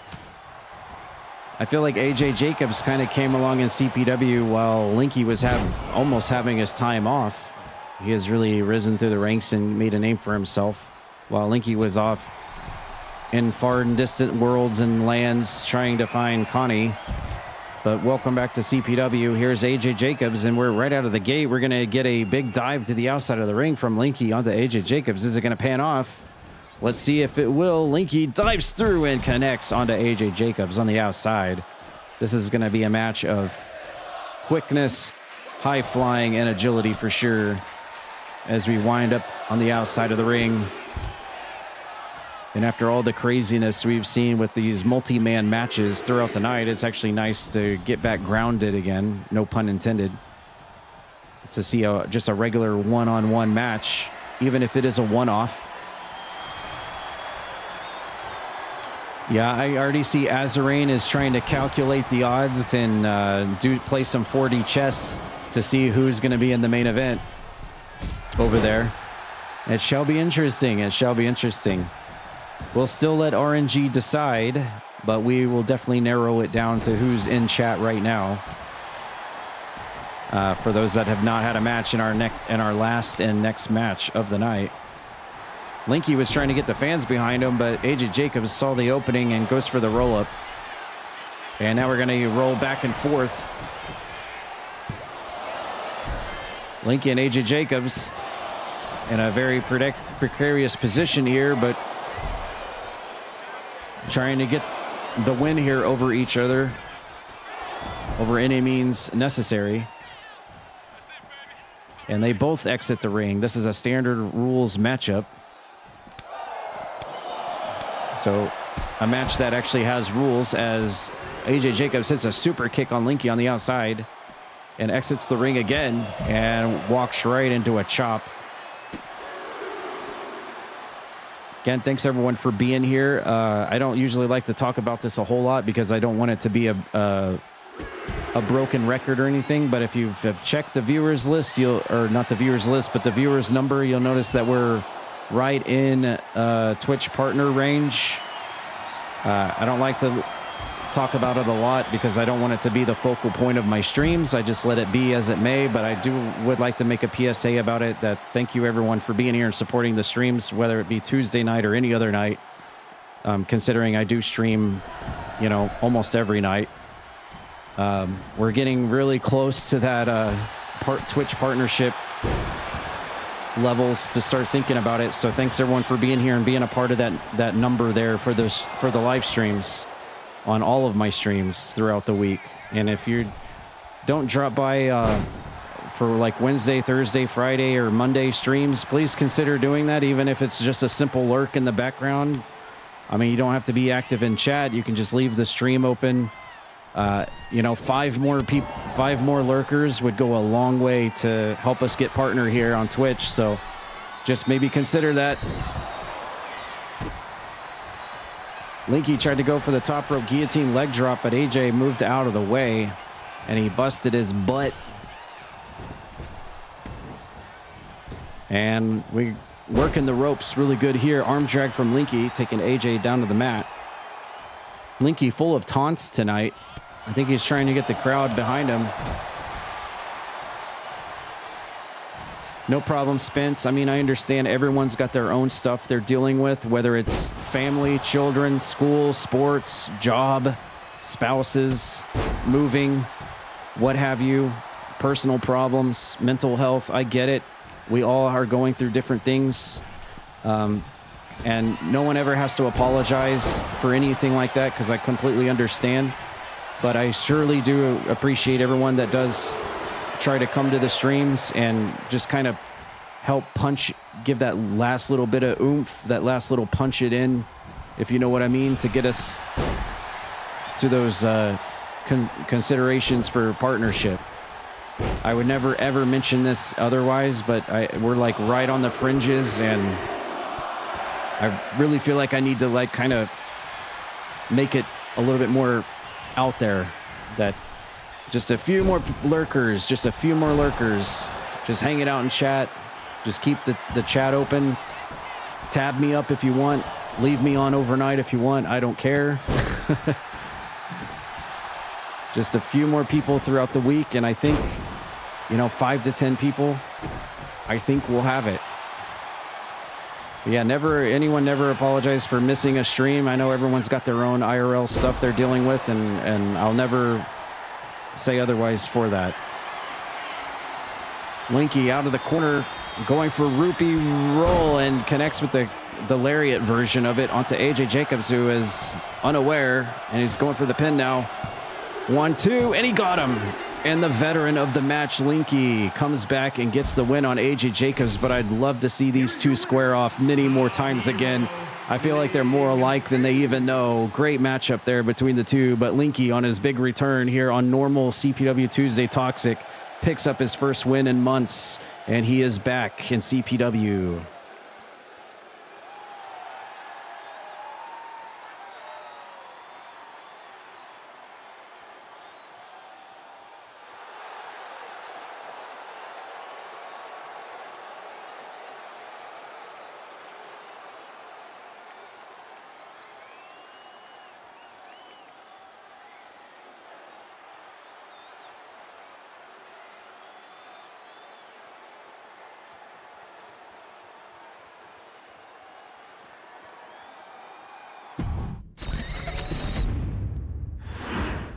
All right, so what that means is it's main event time. So let's do a tag match, and let's throw a 3-on-3 together. Let's end it off on a 3-on-3 tag team match, our main event of the evening. This will give plenty of options for anyone that's still here who has not been in a match yet. We'll still make it randomized so that we don't know who's on what team in what order, but we'll just continue to randomize until we land on someone who's here and has not had a match yet. But this will be the last match of the show. So, I know Sean was here earlier. Is he still here? Spots are kind of limited at this point since this will be our last match. I don't know if he's still lurking. He did resub earlier, so that's almost enough to give him a spot in the match. You know what? We'll do it. Just because he resubbed earlier, we'll do it. So Sean the Show will be our first one up. All right, let's keep going here.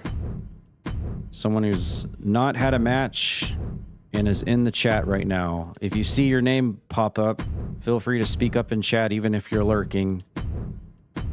We'll just keep going. Okay, Source Speed. I know Chrono was here earlier.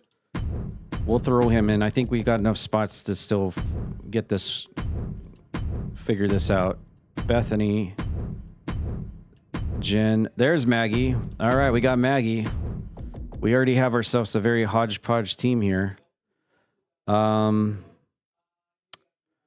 So we're looking at, well, we know for sure it's going to have to be Azarain,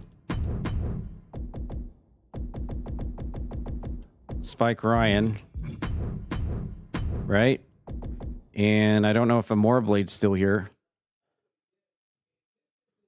I know Sev was here earlier. He had to leave. Puppy was here earlier. He had to leave. Maybe we'll get an idea on if someone's... Oh, Moorblade is here. All right, well, there you go. That will be our second team. She is here. All right. What a crazy main event we have here. What a ragtag. Is there anybody else in chat that did not get a match? Because speak now or forever hold your peace. If you're lurking in chat...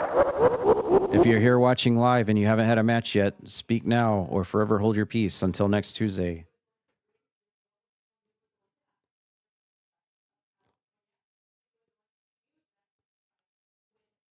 Hold on, we need music for this before we start.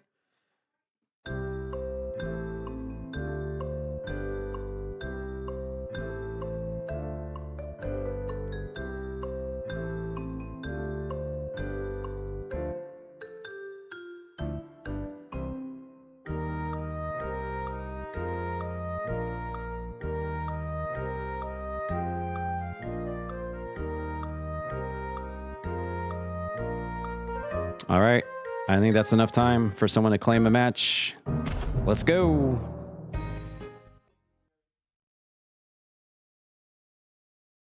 Oh, no, you didn't, Wizard Boz. Oh, no, you didn't. Boz doesn't know.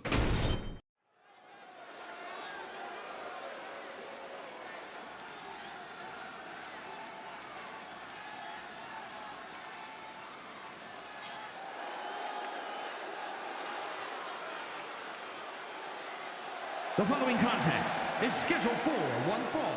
Introducing first, from Jersey City, New Jersey, weighing in at 239 pounds, Sean the Show!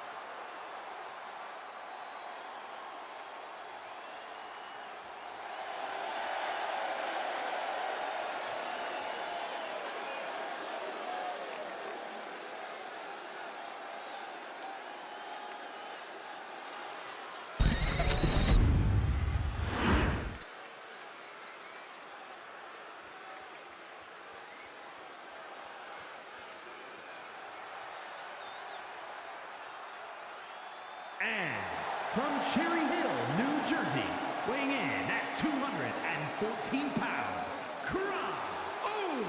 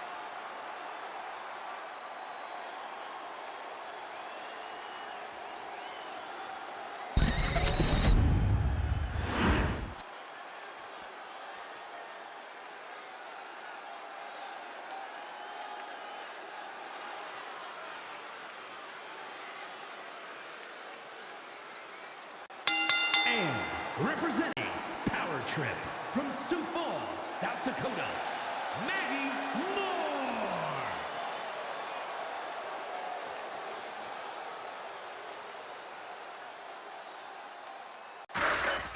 Rebo Man.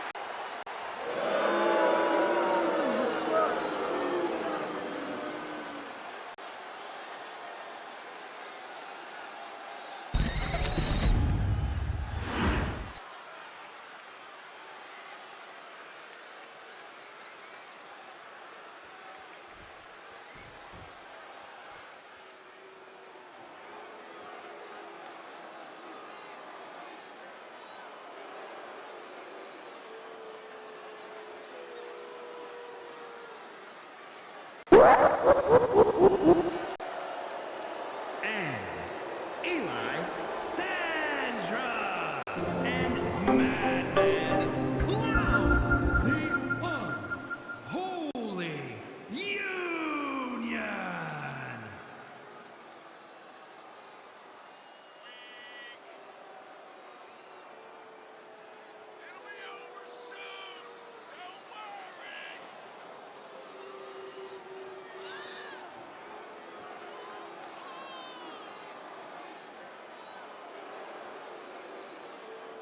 snap! I did it! Hooray! Where are you? EA Sports. It's in the game. What the hell?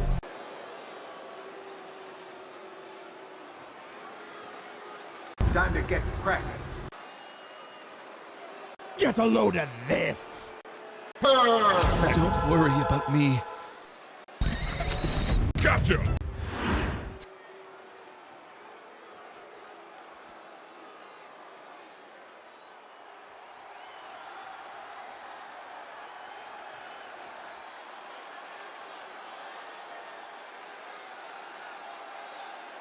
Here is your winner,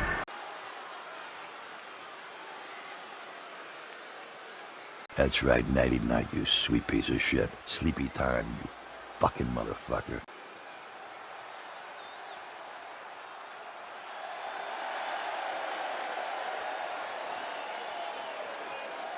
and from Virginia Man, I might as well have a Virginia, bullseye on my weighing in ass. at 239 pounds, the Junior Action Champion. Say hello to my little friend!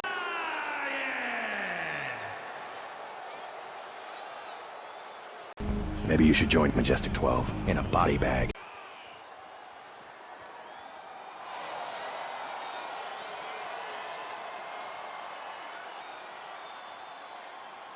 Your move, creep.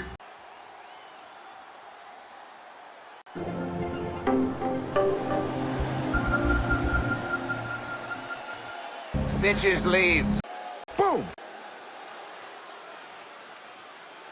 I'm dummy thick, and the clap of my ass cheeks keeps alerting the guards. All right, here we go. Main event of the evening. We're going to start off with Sean the Show Broderick taking on Azarain. We've got Shadow Chrono and Maggie Moore in the corner of Sean the Show. And we have Alessandra with Spike Ryan on the right-hand side of the ring. One champion in this match, the Young Lions champion, Spike Ryan, who won the title belt back last Tuesday on pay-per-view. He took down the Repo Man, finally. The Repo Man finally went down for the count, and Spike Ryan got the Young Lions title back 7 days ago as Azarain throws a fit in the ring that Sean the Show left the ring. Typical.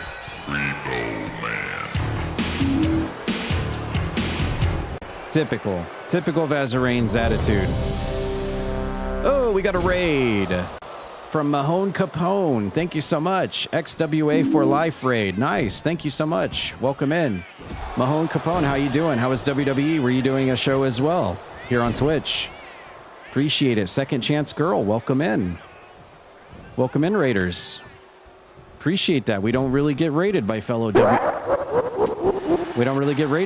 WWEians here on Tuesday nights when we do this, but it's nice to meet some new friendos. Welcome in. Hello. We're in our main event of the evening. We've been doing a special show tonight, not based on feud storylines, plots, or anything like that like we usually do. We've been just randomizing everything tonight and seeing what it comes up with. We've got a gigantic men's roster and a gigantic women's roster, and we've just almost at 100 slots. So we're just letting the RNG and the randomization choose the matches for us tonight, and it's been quite the list of matches tonight. But yeah, we're here on our main event, so we're about to wrap up as well. Everybody you see on this show is someone from my Twitch community, fellow streamers. So every character on this thing is in Twitch chat right now for the most part, as well as every other match that we had before this. You're doing your interactive league. Community creates their own characters, and we do AIA, and the viewers choose the matches. Okay, so basically kind of like what we do here, except I'm kind of steering the driving wheel here on this one. We don't really use a universe mode or anything like that. I just do it old school style. I've been doing EFed since the 90s on the America Online days, so I've been around a little bit, and we just still kind of do it old school style. I don't know if too many people out there still do it like that, but it's a lot of fun, and it works, and everyone has a lot of fun doing it. But it's nice to meet you, Mahone Capone, and I'll have to check out some of your content and see what you guys are up to over there. Appreciate y'all coming over.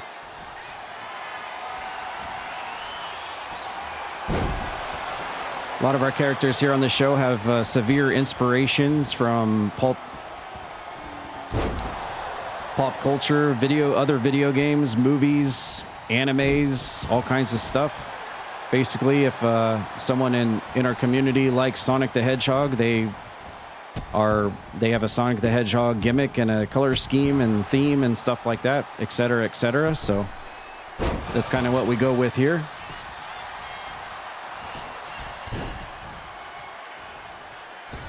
Don't really take it too seriously. Everyone just has fun. It's casual. It's fun. But there are still storylines, plots, feuds, and everything like that still going down. And we do have our serious characters, but we also have our funny characters as well.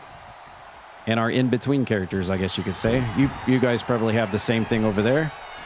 You have 2 shows that we do where the GMs book them and with promos and storylines. I've been EFedding for a while too, since the message board days. Okay, nice. So you go way back as well. That's awesome. Very cool. There's not too many of us left around from those good old days. Got to follow and check out more content. Thanks, Mahone. Yeah, we only do the wrestling every Tuesday night. Every other night, I'm just doing normal gaming. But yeah, Tuesday nights is when we do our Tuesday night wrestling. We dedicate 1 night a week for it. And then any other night that you come by and check it out, I'll probably be playing anything from Zelda to Sonic to Resident Evil to Silent Hill to DBD to Phasmo to Final Fantasy to Sonic to literally anything else. But Tuesday night is where we do our wrestling. But yeah, I'll definitely drop you a follow and check you out. Thanks again for the raid. I appreciate that very much.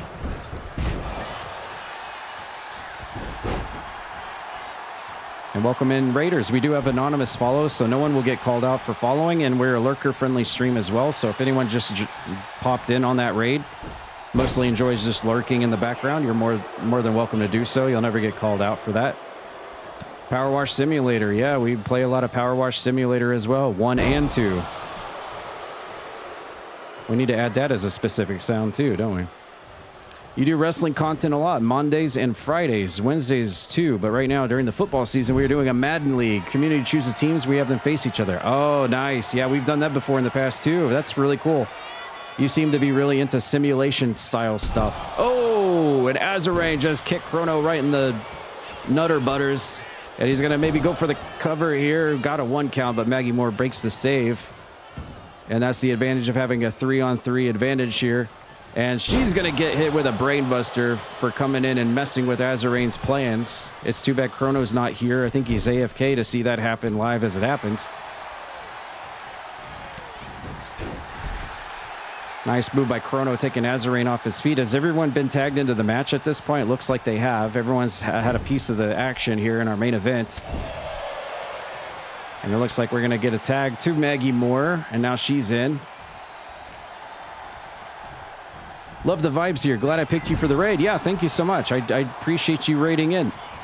Oh my God, she put his leg on the rope, and I thought she was going to steal his own finisher against him. That would have been just 10 out of 10 amazing.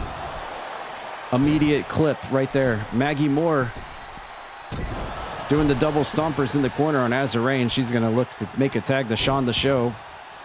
Love the clown gimmick. Yeah, that's Azarain right there. He's based off Kefka from Final Fantasy VI. We got Sean the Show Brother here making the cover. He's obviously based on Johnny Cage from Mortal Kombat. He's got kind of a Hollywood theme gimmick going. We've got Shadow Chrono on the top left in the red and black. He's based on Shadow the Hedgehog. Spike Ryan there in the black and red pinstripes. He's our current Young Lions champion, which is basically our NXT champion of the entire show. And of course, Alessandra there in the bottom right, green and black. She's based off of World of Warcraft. She's got the World of Warcraft vibes going. Who is now tagged in now? You prefer doing simulation? Yeah, we've done a lot of simulation before in the past, whether it be this every Tuesday, which we've been doing, a long-standing kind of a pillar of my streams and my community here. Not only with community members of my channel, but also fellow streamers as well are a part of this.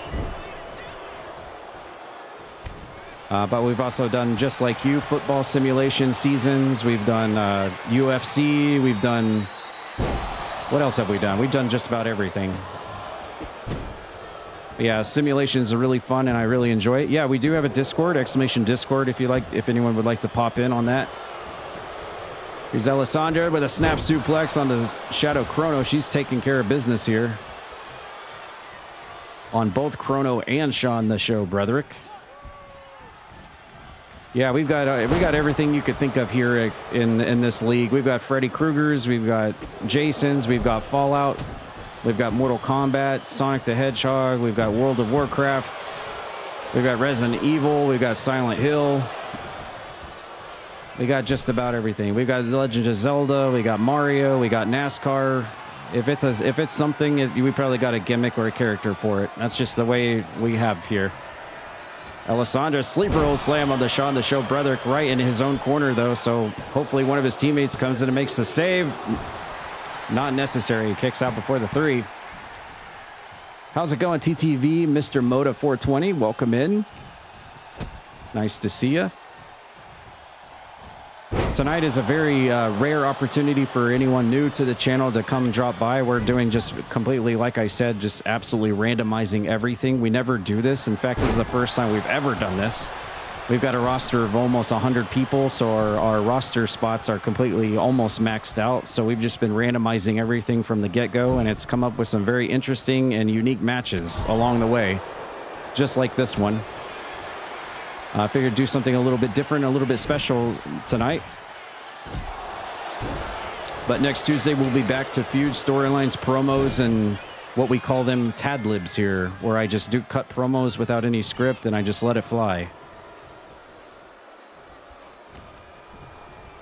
There's Azarain. Got him up. Maybe no. Shadow Chrono is going to land on his feet, hit the chop block. Nice move there. Head scissors by Shadow Chrono, taking Azarain off his feet. We're at a 4.5 match star rating, by the way, here in our main event of the evening. Here's Chrono looking to capitalize. Nice move there, throwing Azarain's head into the mat, going for the cover now. And there's Spike Ryan, the Young Lions champion, to make the save.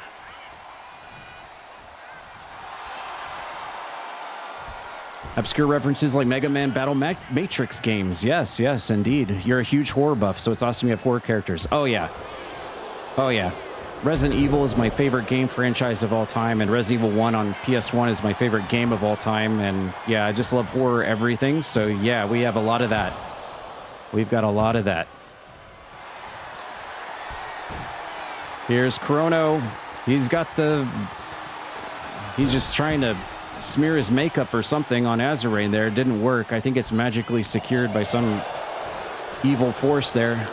And here's Azarain picking Chrono up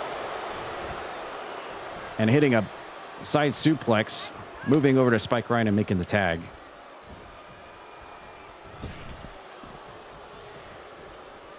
Spike Ryan in, gonna Irish whip Chrono into, well, across the ring, but we got a ref collision there, and Spike Ryan's going to capitalize after the confusion, going for the cover here. Nobody's coming to make the save, but Chrono kicks out before the 3. Parasite Eve, yes. Yes, I did. Parasite Eve 1 and 2. I've never actually played the third birthday before.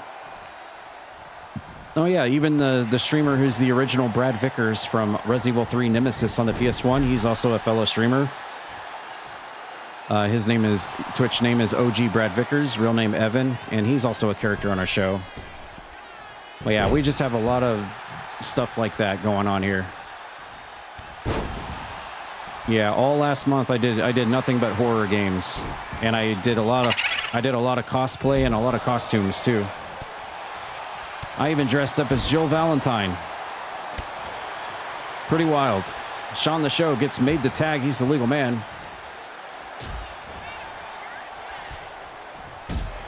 And he goes for the kick to the knee. Spike Ryan rolling out of the ring. And now we got fisticuffs on the outside. Right next to our amazing official sponsors of tonight and every night's show. Humble partner, the Udi, Smackin' Sunflower Seeds, Rogue Energy Drink, and Poggers Energy.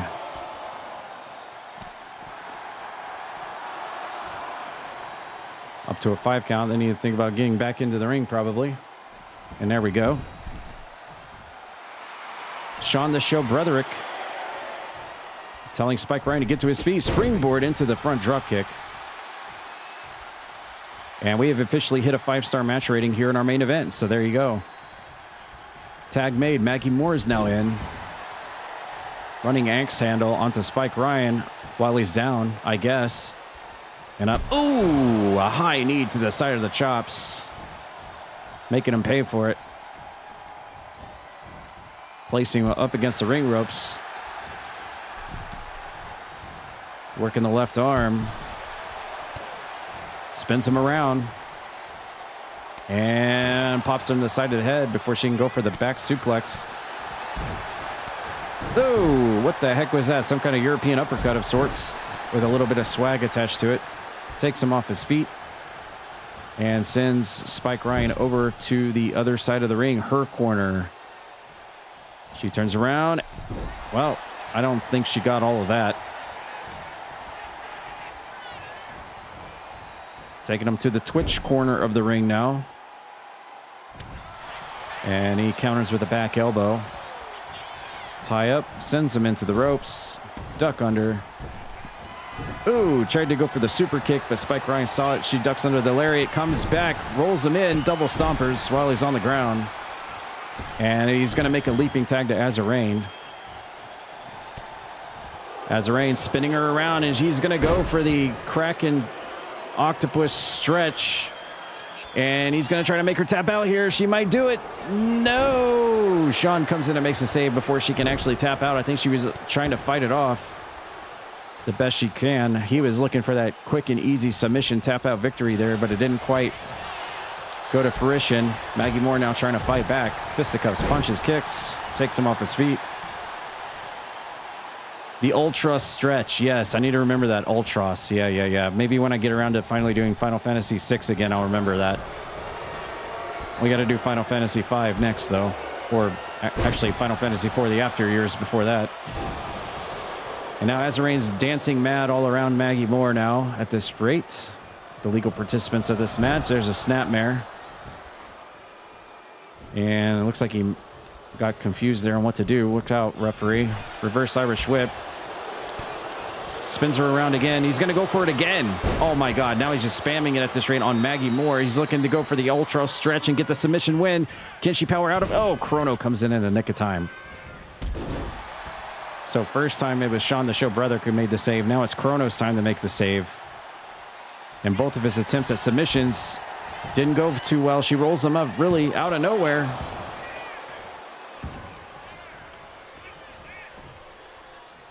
Back to square one now. Oh!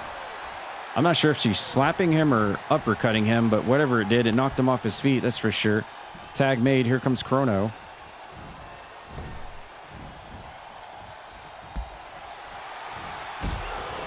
Exchange of kicks. And Azarain sends Chrono flat on his back. Oh, completely misses the tope maneuver. Snapmare again. Kick to the side of the head. Right in the toe. Right in the temple. Nope. Chrono reverses that. Kick to the back of the knee. Nice head scissors. Waiting for Azarain to climb to his feet. Tries to go for the toe kick. Azarain counters. Drop kick to the right leg. Taking the wheel out from underneath him. Elbow to the gut now. Fisticuffs in the go. Oh, going for the eye rake. Over in the kick streaming side of the ring. Backdrop from Chrono stuns Azarain. And here's a tag. Sean the Show Broderick back in. Also a fellow EFed runner and streamer here on Twitch. Cheap shot from Spike Ryan, but it's not going to stop him. Sean the Show, back elbow. Shoots the half. What's he doing? Oh, he's going for the Sean the Show elbow. There it is. He tells the crowd, Sean the Show. But there's Alessandra to make the save. Saving Azarain. Kips to his feet, but gets caught in the Irish whip. Comes back. Oh, and there's the asshole uppercut. One of Sean the Show's patented maneuvers, but Spike Ryan's in to make the save now. We'll have to hand it to these two completely fully randomized teams other than Alessandra and Azarain. They're doing quite well and as fellow teammates to make sure the match continues on. We've seen so many matches, tag matches, end in partner miscommunication where they just don't come in the ring and make the save in time. But everybody in this match has been Johnny on the spot on those pin saves for sure. Azarain trying to go for the approach, but Chrono back elbows him. Azarain making him pay for it. He's going to go for that submission again, the ultra stretch. And Chrono's in a bad way here. And Maggie Moore comes in and makes the save. And we have another raid tonight, this time from Raynor. Hello, Loon Bitch. Hello, Body by Mayo. Hello, Happy Camper. Hello, Quentin. Welcome in, everybody. Fellow members of yet another EFed on Twitch, known as Wrecked Wrestling, I believe on Fridays. Thank you so much for the raid. Welcome in, guys. Appreciate it. You're catching us in our main event of the evening, 3-on-3 tag match. Alessandra trying for the top rope moonsault, but Chrono rolls out of the way and hits her with a drop kick instead. Appreciate y'all raiding in. Y'all be sure to check out Raynor. He also does a wrestling thing on Fridays, but also does a lot of old school PC gaming as well, like Warcraft 1, 2, 3, StarCraft, stuff like that, as well as many other variety types of gamings. Thank you so much for the raid. Welcome in, guys. Chrono up top, trying for the axe handle, completely missing. You're catching us on a very special night of CPW tonight because every single match tonight, we've had like 12, 13 matches. Everything has been dictated by complete RNG and randomization. There were no storylines, feuds, plots involved at all. We just hit the randomize button all night long, and we've come up with some very crazy matchups and pairings tonight, but it's made for a lot of fun and entertainment as well. It's the first time we've ever done anything like that, and it went over really well. So for those of you fellow EFed owners out there, which there seems to be quite a few of you in the chat tonight, maybe something to think about or consider. It's pretty fun. Went over pretty well with everybody. It's quite entertaining if you want to just have a little bit of a break from feud, storyline, plot stuff. All right, we're fighting on the outside now. Maggie Moore going for Alessandra on the outside. Tries to go... Nope, went for the roll-up, changed it up into the double stomp. Please tell me we do not end this by count-out. Come on, we've had such a great match. Maggie Moore get in the ring, and she does. Chrono makes Alessandra pay for it with a stun gun. Yes, we've got the official Croakitoad World Order going on over on Wrecked. I feel really bad for not being able to constantly keep up and keep track of that, but Fridays are just really terrible for me, to be honest. It's usually when I'm working and traveling, so I'm not on Twitch at all. But I do try to keep track when I can, and I appreciate you having the Croakitoad World Order as a part of your show.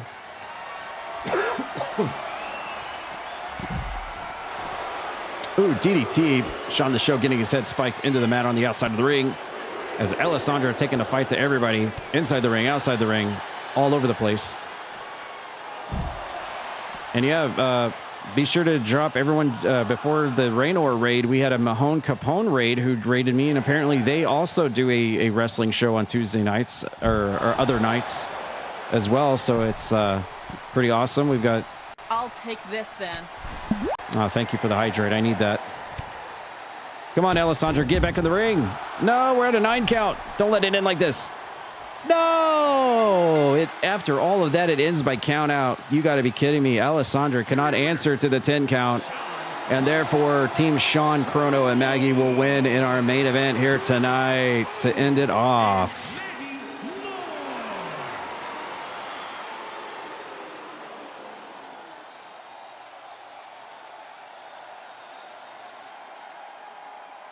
You just made the list!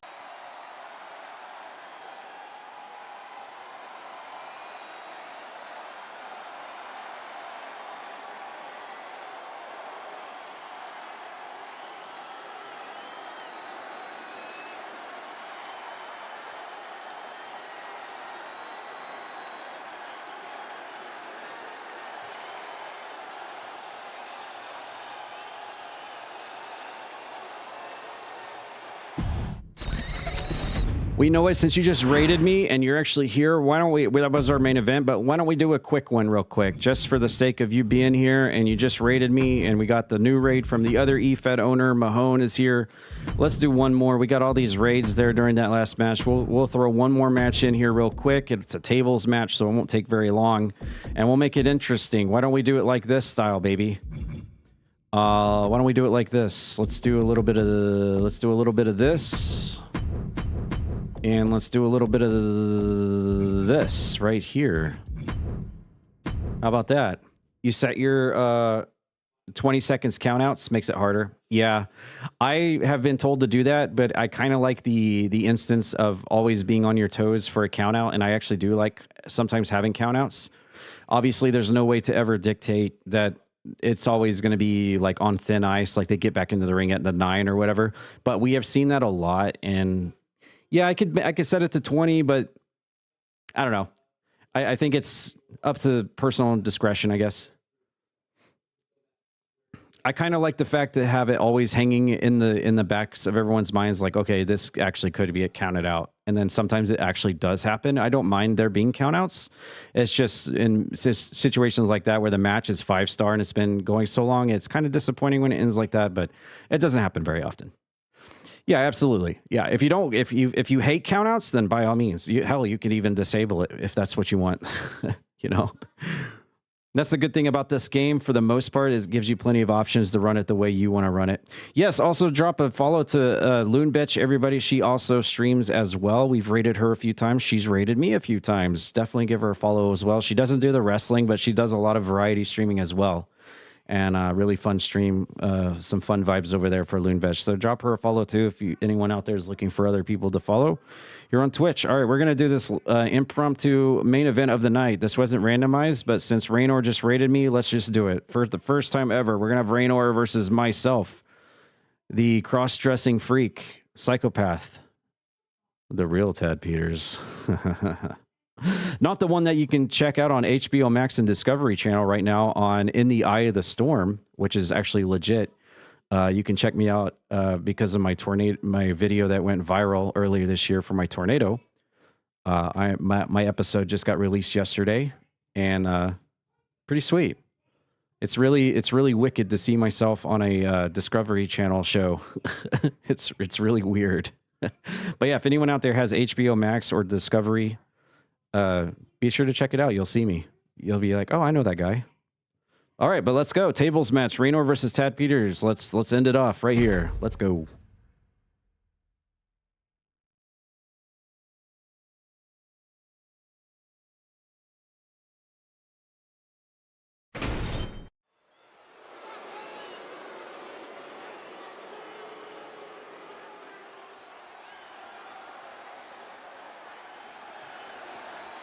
The following is a tables match.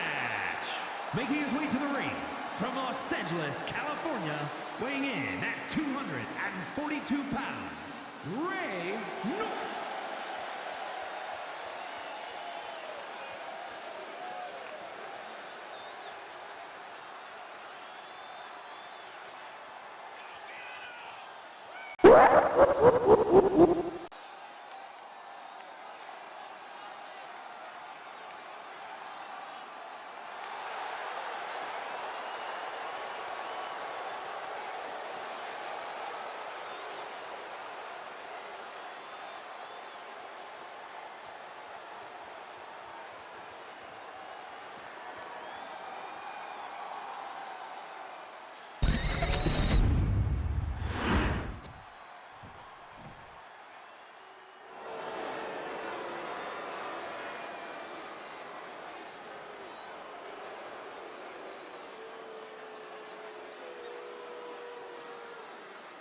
And his opponent, representing the Ultimate Maniacs from Norman, Oklahoma, weighing in at 239 pounds, Tad Peters.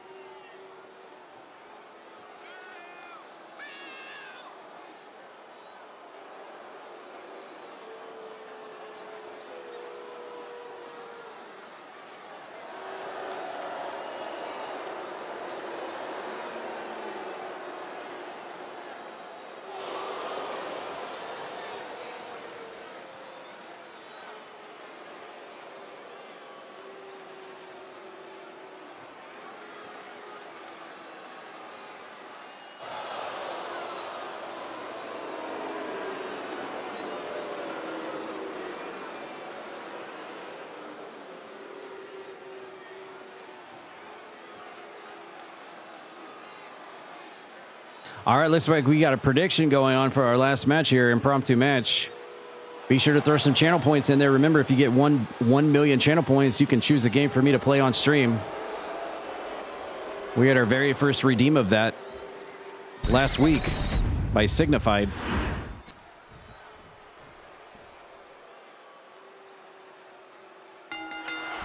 All right, here we go. One-on-one match from the tables match. Yeah, history was made in the Croakitoad Pontiac Silverdome when Signified redeemed and finally made 1 million channel points here on Twitch. And he redeemed it to choose a game for me to play. He does not want me to reveal that game yet, but I do know what it is, and it should be a good one. I've never played it before. But yeah, something to keep in mind on those Twitch channel points here at Croakitoad. Building up to 1 million. I will have to play a game that you decide for me. But here we go. We got Tad Peters versus Raynor. Battle of two Federation owners here on Twitch. CPW versus Wrecked here in a main event, a tables match. No pinfalls, no submissions, no countouts. Anything goes. Raynor, obviously from the StarCraft-inspired universe. Tad Peters wearing Celestia's ring gear because... yes.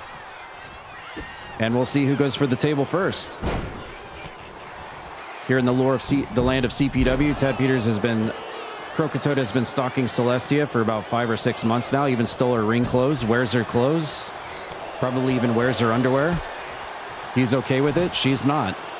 It's been an ongoing story. And he is elected to continue wearing that in this very match right here. But yeah, it's probably getting a little bit chilly outside, so we might want to consider maybe swapping out this summer ring gear for something a little bit more warm, I would say. Seasons are changing. It's getting cold outside. It is definitely hoodie weather. Hoodie, Uggs, and pumpkin spice weather.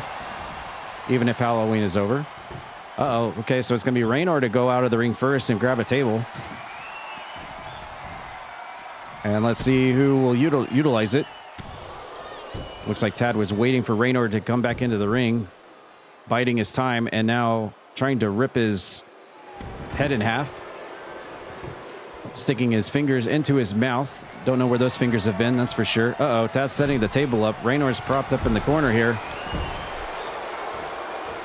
What is this crazy maniac doing? He can't decide what he wants to do. Splash out of the corner, and Raynor's head hits the top of the table. Here comes a springboard from Tad Peters. Drop kick takes Raynor off his feet. Tad looks fabulous. Yes, in fact, he does. He would thank you for that very much. You might get snow this weekend. Holy crap. I mean, it is November, I guess. Uh-oh, Raynor's in bad trouble here. Propped up against the table, but he reverses. Looks like Tad was trying to execute him there right now. Uh-oh, Raynor's got Tad up on his shoulders. He could end it here. No, Tad slips down the shoulders. Hits the inverted DDT. Breaking out of that predicament. Hello, Buttons. Welcome to our last match of the night. Hope you've been well. Raynor trying to fight back. Punches and kicks. Tad grabs it. Back heel trips him. And what is this? What's he going for? Some kind of... oh, he's got him in some kind of choke. Side crossface choke here. Trying to strangle him. Crazy maniac. And now Raynor getting sent off the ropes. Tad completely misses. Good move there by Raynor to sidestep the attempt. Picks him up and just throws him out of a suplex position. And Tad wisely rolls out of the ring. And we're going to take this fight to the outside, I suppose. Sleeper slam there.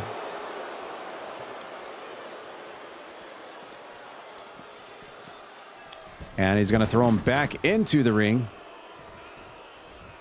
Table collapses because table. Oh, and just chunks the table on him. Gives a new meaning to flipping the table. Why flip the table? Why flip the table when you can just throw it at someone you don't like? Still works. Raynor, double underhook into the... nice move there, Tiger Bomb. And Raynor's going to return the favor, throwing the table back at him. And now putting the knee to the throat. Pressing hard. And Raynor's got his mind made up. He's going to try to put Tad through this table now. He's set and ready. Finisher locked in, I suppose. Oh, Oh, big hammering blow. Lariat almost takes Tad's head off. He tried to Irish whip him into the table, but narrowly missed there. Raynor backing up, trying to decide what to do here. And again, Tad was goading him in, and he's got him up on the shoulders, and this could be a zombie maker finisher. And there, oh my goodness gracious. I had no idea that was actually going to hit. And there's Tad's finishing maneuver, the TKO, the zombie maker, to pick up the win here at our main event. That was actually a pretty crazy ending there. Was not expecting that. But there you go. Tad picks up the win here tonight in our table's main event over Raynor. I'm sure we'll see a rematch soon.